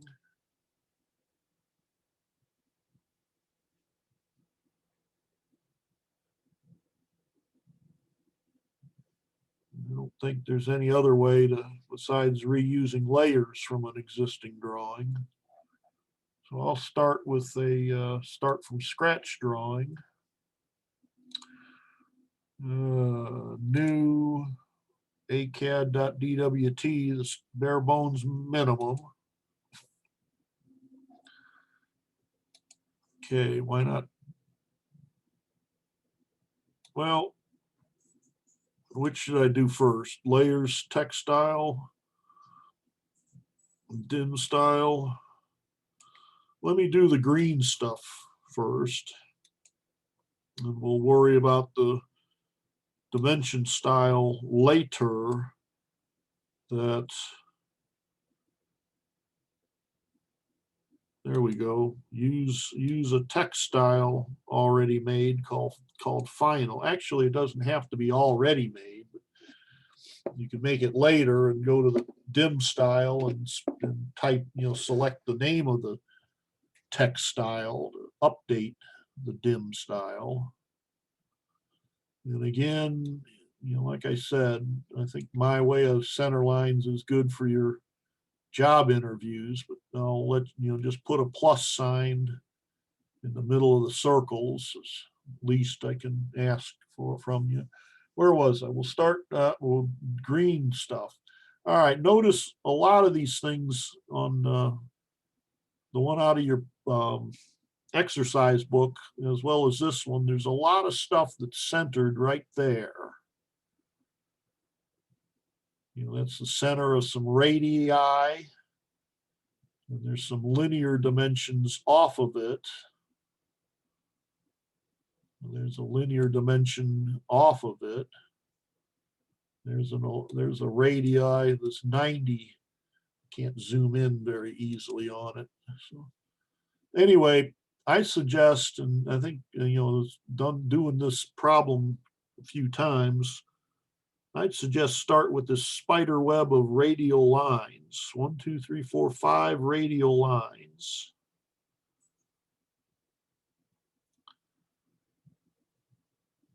Now you can draw one. Well, actually, you can set the polar tracking. I wouldn't, but you can go to polar tracking and add additional angles off of the 0 degree direction. Add a, what's that say, 50, 58.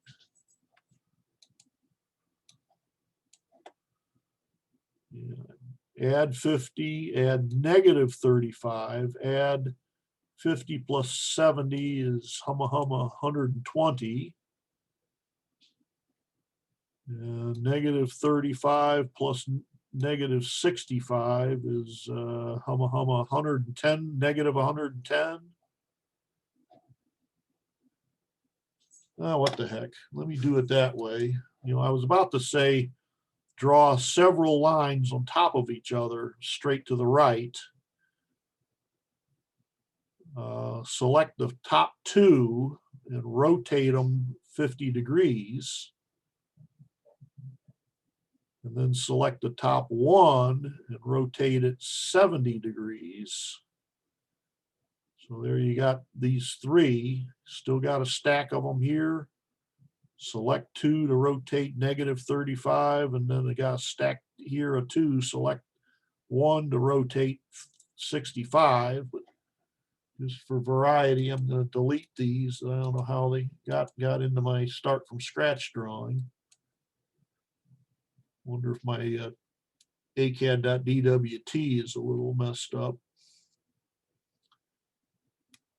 Another option is that these settings don't ride in the drawing, they ride in the Windows registry. Not sure where they're stored. Anyway, we'll set this to 90 so we won't get 45 confused with 50 and stuff like that. We want an additional angle, a new one of 50. I need to turn on a light. Can hardly see my keyboard. Click new again. We want 50 plus 70, what I say, 120. New, we want -35. And I believe we wanted a new 110. Incidentally, I don't recommend this, but if you check this, that'll avoid the work of adding the numbers together. You know, instead of 50 and 70, you can just add 50, draw that one first, and then it'll jump to 70 because relative to the last segment. The few times that's been checked, I've found it annoying. Don't recommend it. So we got the 4 we want. Notice the negatives popped into the positive angles.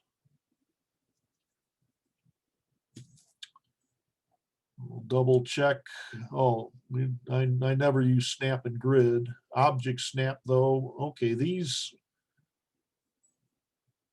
look like they do not ride in the drawing file. So I got my 5 favorite. Oh.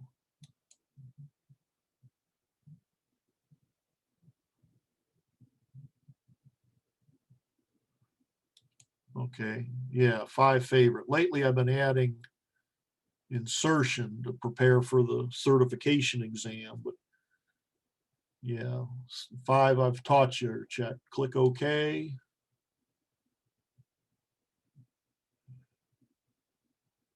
I never did teach you object snap tracking, so I'll turn it off. When I click OK, this little status bar button will turn off. There, it's turned off. We'll pick a point, any point. Again, I'll make layers later. Pick a point at random.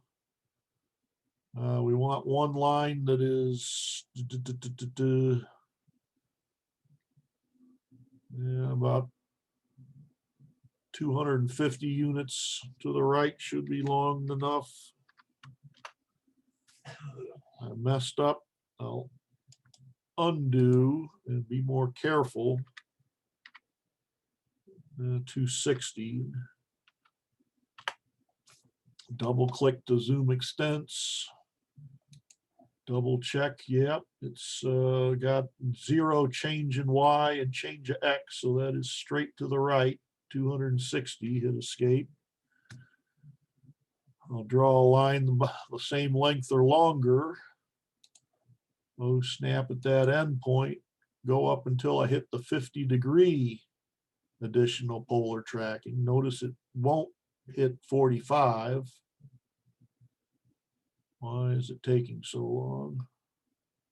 Okay, 50 is a little further than I expected. Wonder if my resolution is set right. Enter, enter. Oh, snap. We want one at, there we go, 120. Make them plenty long. It's easy. I find it easy to trim down instead of extend long. 35 down. There we go. That is, yeah, 325 degrees. I'll make it plenty long. Hit enter, enter. And what's the last one? 65 something, 250 degrees. Make it plenty long.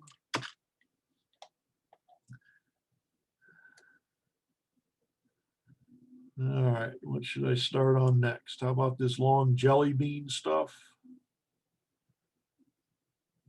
I'll draw an arc 210.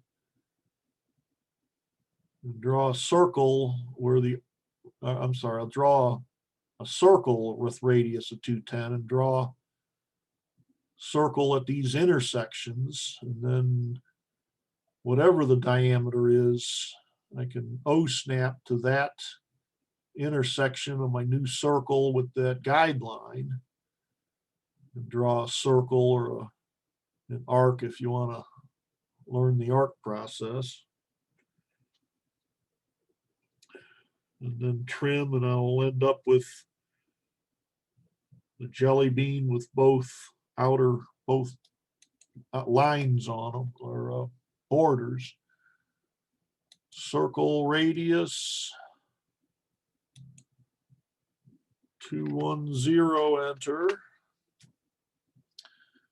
Draw a circle there and then copy it over here or redraw it. Let's see, it's 32 unit diameter, and then the other one, and then another one 50 unit diameter. So circle center diameter. Whoa, I O-snapped on the midpoint, which was not where I wanted. See, from a distance, I might not have noticed, but I just in time caught the triangle O-snap. That was close. Where was I? Circle there, intersection. To be sure, I'll zoom in. And what I say, 32 is the small one. Circle diameter. There's that midpoint again by coincidence. To be on the safe side, I'll shift right click and select center. Well, didn't need to use it as an override. And I've forgotten what the other one is, 50. And I lost the process. Actually hover. Yeah, there's the center O-snap. 50.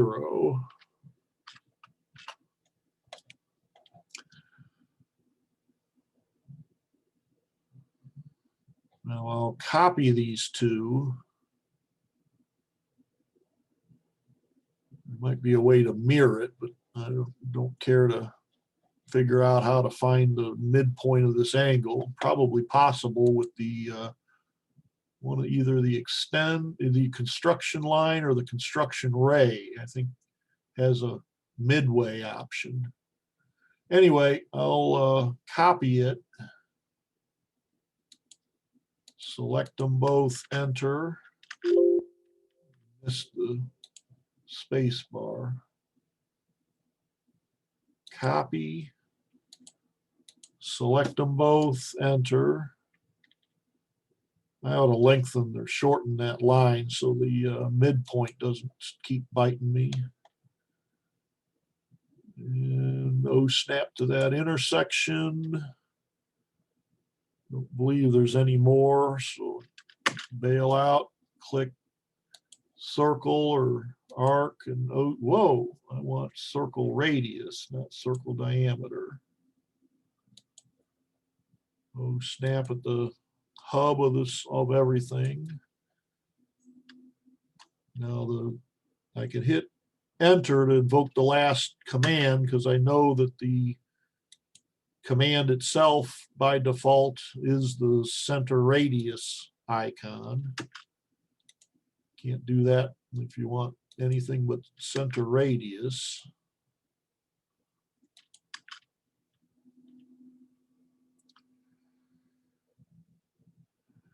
Being a bit anal, I'm going to scale this guy. I'll copy it on itself. Now, what the heck? I'll worry about the center lines later. Click trim, select everything, and machine gun down the whole stack.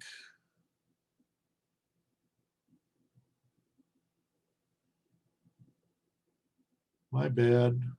Shift, undo. There we go.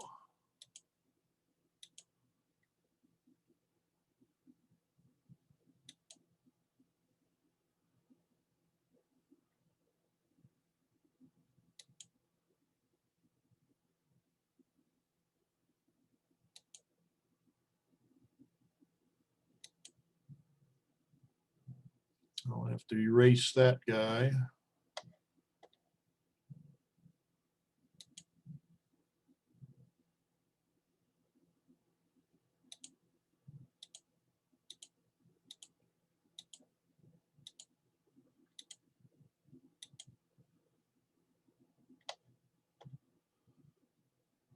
Should have left that arc all the way. Always something.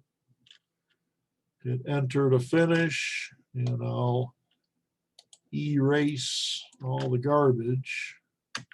Enter for erase again. Before I forget, I'll extend this back to there just so it's consistent. Shift extend. I'll just fly out with trim. Never really did teach you that. Enter, click. And I'll enter and click again. Hello. There.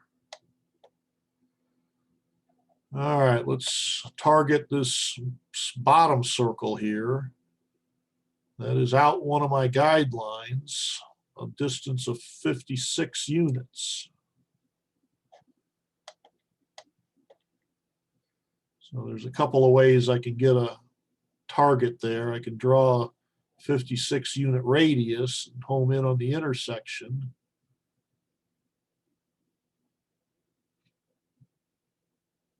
Just for variety, I'm going to send a line in that direction 56 units, then erase the long one at this end, leaving the 56 unit one. Might be a step or two quicker than the circle method. Line, start there, O snap at the midpoint or the end point, but type 5, 6. That's all the longer it needs to be. Erase that. I don't believe I'll need it again. Eventually I'll move stuff into the positive quadrant. Yeah, it's not too early to do that. Move.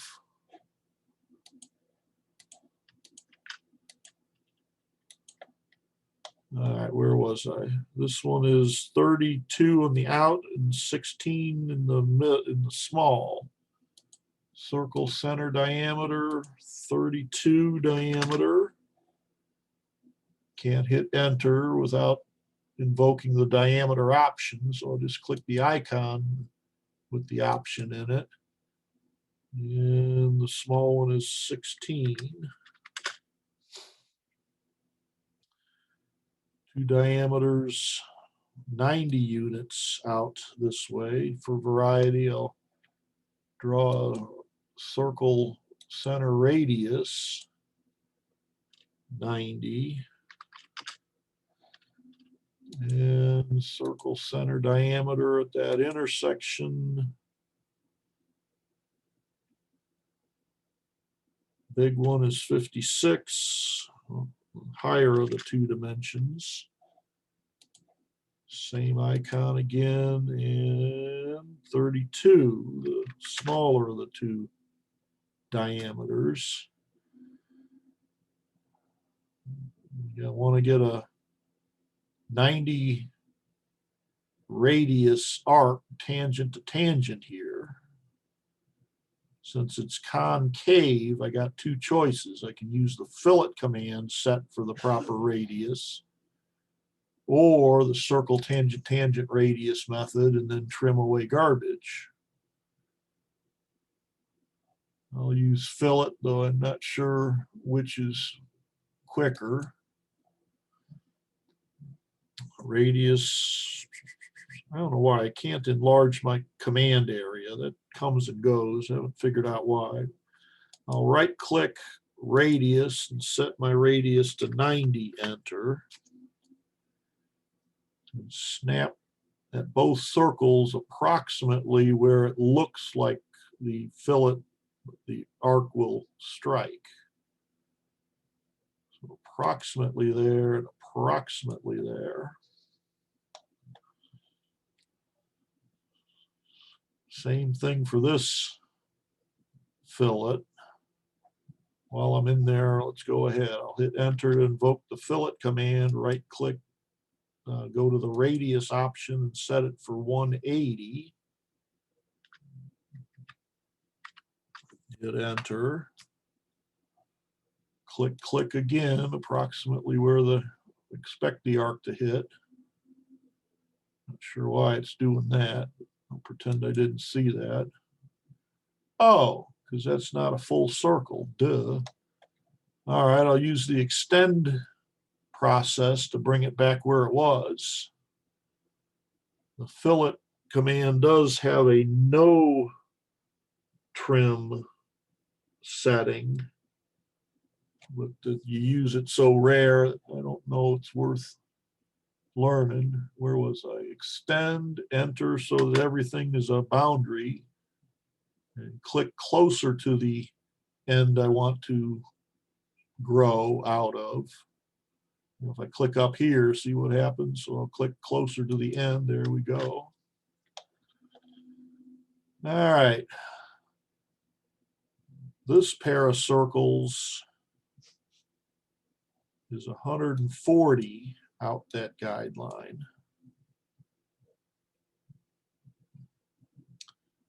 No need to draw an arc, which I later got to trim. I'll just draw a line on top of it and look for the end point where it falls. 140. Ah, did it again. Right click, undo. 140. Double check I'm on the polar tracking line. Enter. Hit escape or space bar to finish. And these two are 64 and 48. So circle center diameter icon. What happened? Must have slid off. Okay, find that end point. No, it's not the midpoint. There's the end point of the 140 unit line I just drew. Double checking. I had no need to place any other line, so that's the right end point. And 64. Same icon, home in on the center or the end point again, and 48. Now these two are 72 further down, so I can copy these two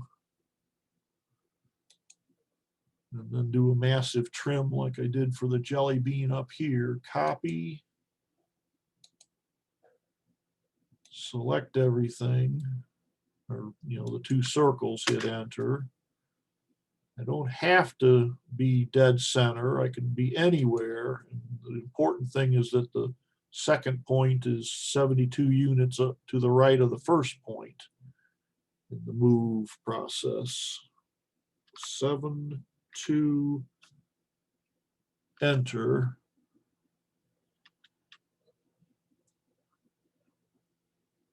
Do that right? Yeah, I think after I trim, it'll look the same. Let me double check. Am I okay? I got 7 in attendance.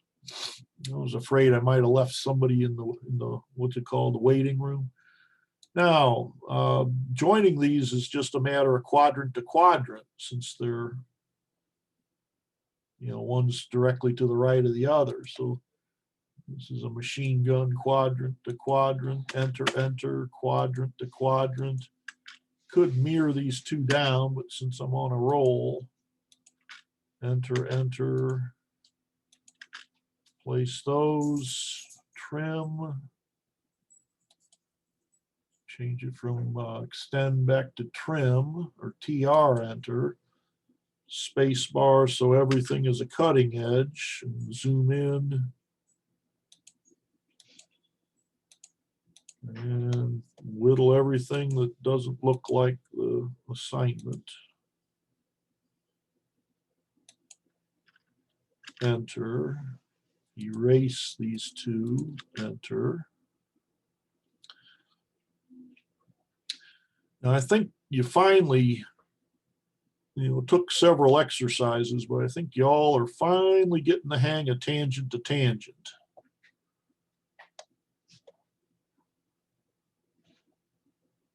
And I think the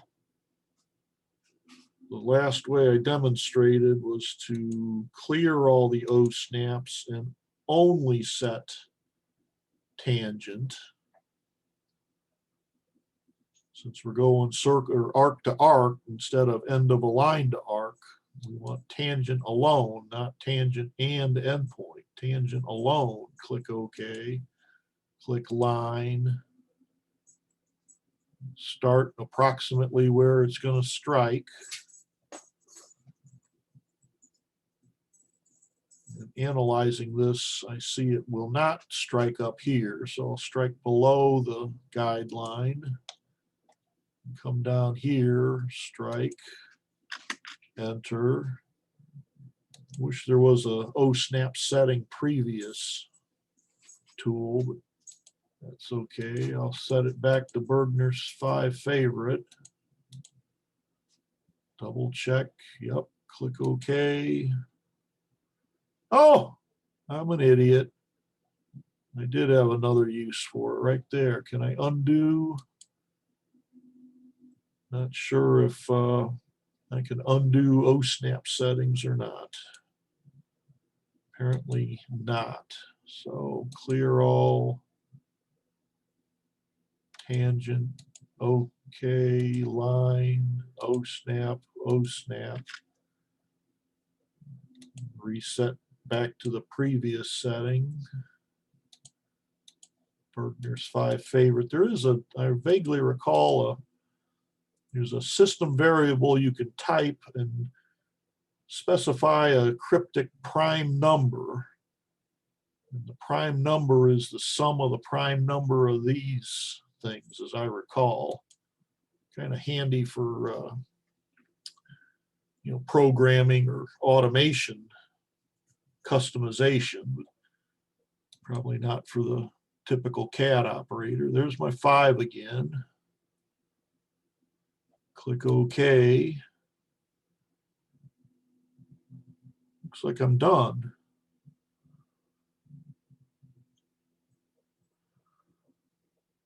I'll do a couple of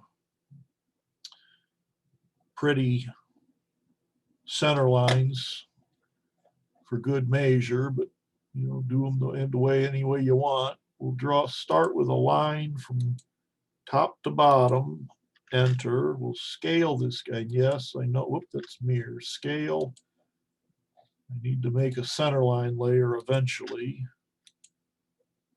And scale factor, Burgener's favorite number, 1.3. We'll mirror.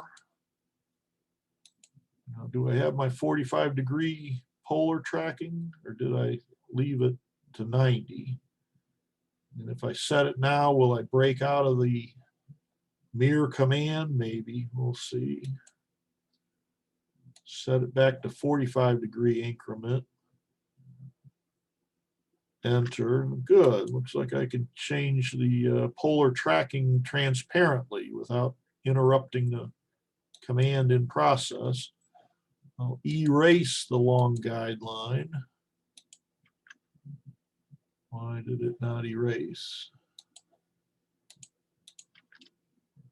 Why did the mirror copy disappear? Well, I won't take time to figure out why. I'll just mirror it again.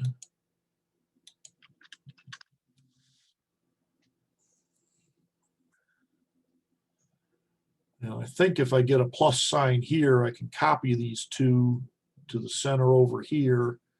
And the plus sign will be in both because the long legs here will overlap.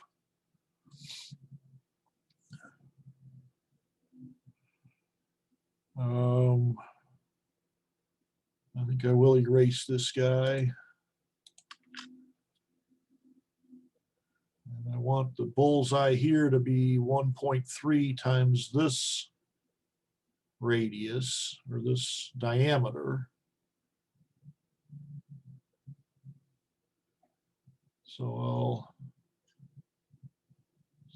this is kind of a runaround, but I'll scale. No, I'll copy it on itself. No, I'll draw a line from the center of this arc. Okay. I can't be guaranteed that that point is perfectly there. Midpoint will work. Or to be sure, I'll shift right click and do the perpendicular O snap. And that didn't work. All right, I'll shift an O snap back to the midpoint.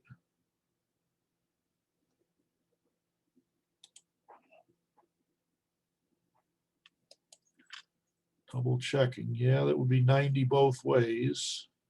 And I'll scale this guy by a factor of 2 from this end. Now I can scale this guy by 1.3 from the midpoint. Now I'll draw a circle at this radius or these two ends of a diameter, whichever comes first. Center radius came first, so there.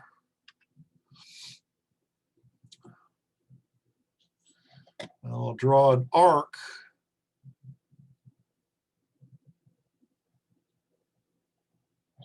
Probably a roundabout way here, but that's okay.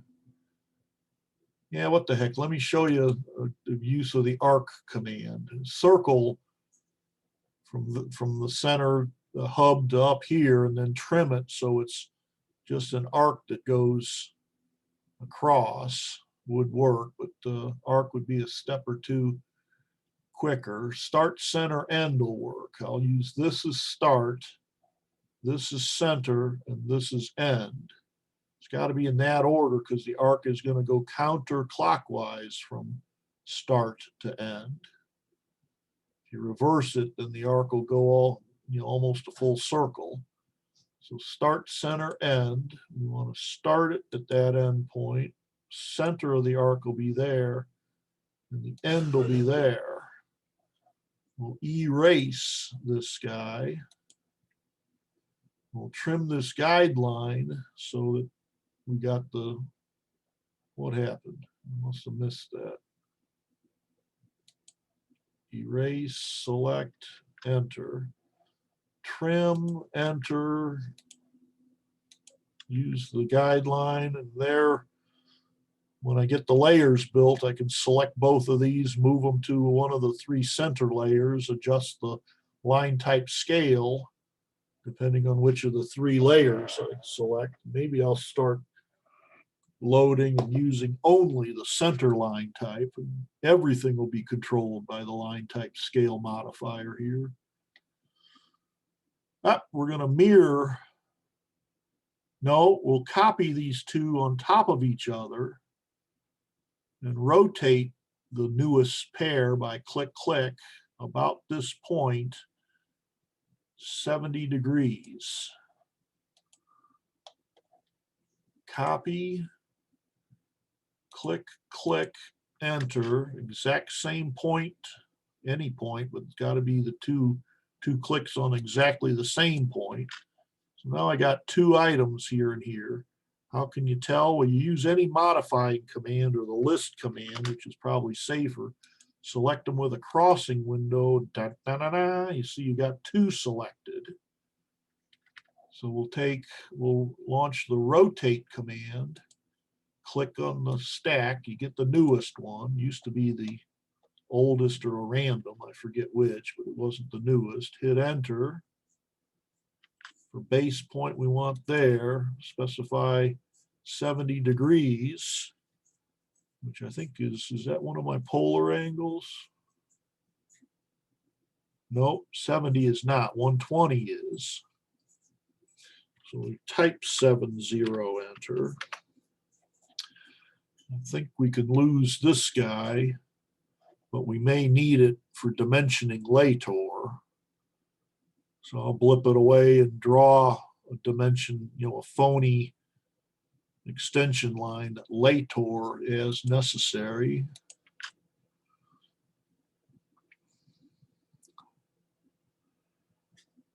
That's about it.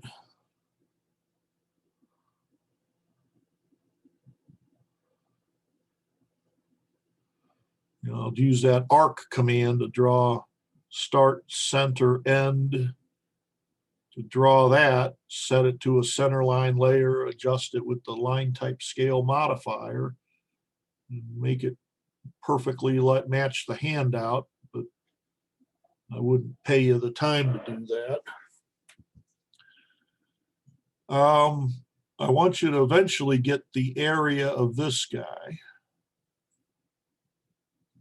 And I'd rather not show you my area because you'll just type it instead of getting the area of yours. Let's see, I'm going to copy this whole thing over in blank space so I can whittle it down to get a clear shot with the boundary hatching option. Copy, select ALL would have worked. Move it here, enter. I'll trim, enter. Get rid of garbage. Probably should have erased these things instead. Now, since this is a copy, I can sacrifice some of my center lines. And what the heck? Let me go to erase. Should have started with erase to begin with. Not necessary, but for anal retention, anal,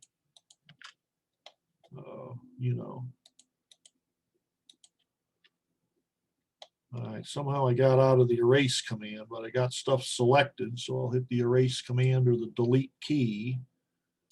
I got to get rid of these. Well, I should say I didn't have to, but for good measure. So now if the wind's blowing right, I can use the boundary option to get a polyline that wraps around all these points and tells me how many square units of I don't know, Formica or soundproofing or whatever I want to lay on that. Got 15 minutes here. Drop down the right. Yeah, crosshatch boundary. A couple of you had trouble with last week with this. Maybe this will explain it better. Now, if I set a new layer, made a new layer and set it current, the boundary would be on a separate layer and it would be a little easier to work with. But this way, I can grab it with the last command, or hopefully, if the wind's blowing right, I can click on the stack and the newest object will be selected. Where was I? Pick points, click anywhere, hit enter. we'll move the last created object, which I believe is the newest thing on this stack of objects here. Enter, move it to the side, and select it. Oop, I'm still in the move command. Select it. And you might be able to read those off the recording, but I don't want you to copy. So that would show you the area and perimeter of this shape. We got no islands in this shape. So that simplifies the arithmetic of the area, the area of the outer shape or the area of the vinyl coating that will not cover this. Anyway, LI gives you the,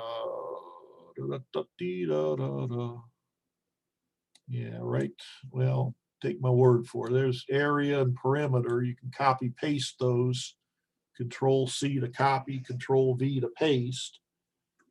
Put them into an existing mtext object.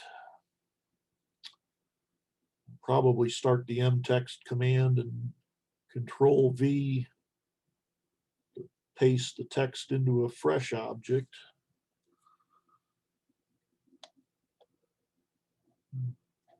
So once you get those two numbers, eventually put them in the middle here like the handout says.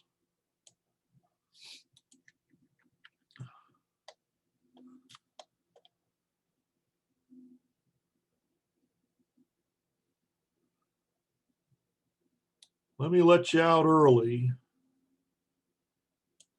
And next week, if you haven't finished, I'll show you once again to create a text style named final.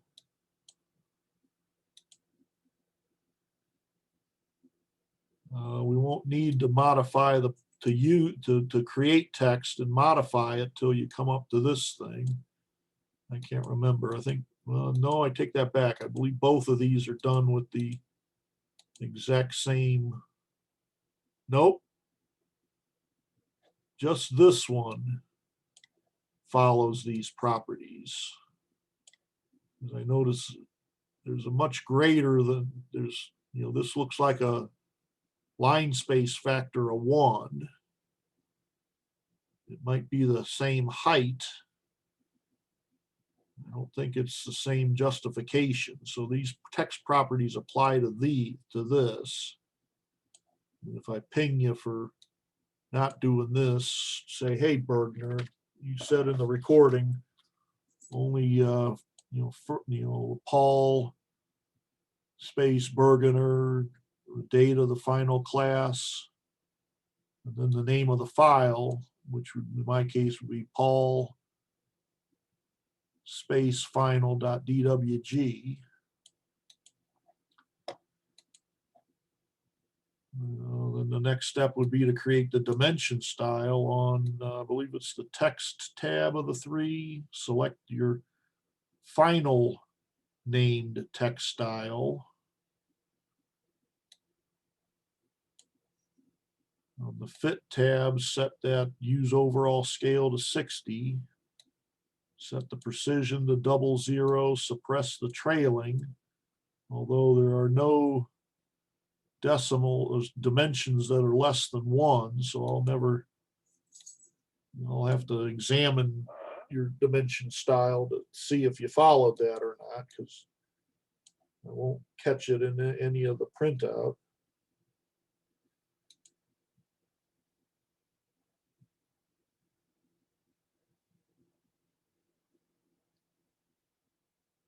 All right, probably could finish it, but I want to leave something to do for next week. Any last questions before we call it a class? Little reminder, I've heard from a couple of you that have turned in the evaluation already. It might be wise to turn it in immediately after the final class, because you might think of something I do stupid at the final class. And I don't know that you can send a revision to Tom Bauer. Oh, he wants them emailed to both of his email addresses. I think I sent them to you. I'll try to remember to send them again in the after class message again. What else?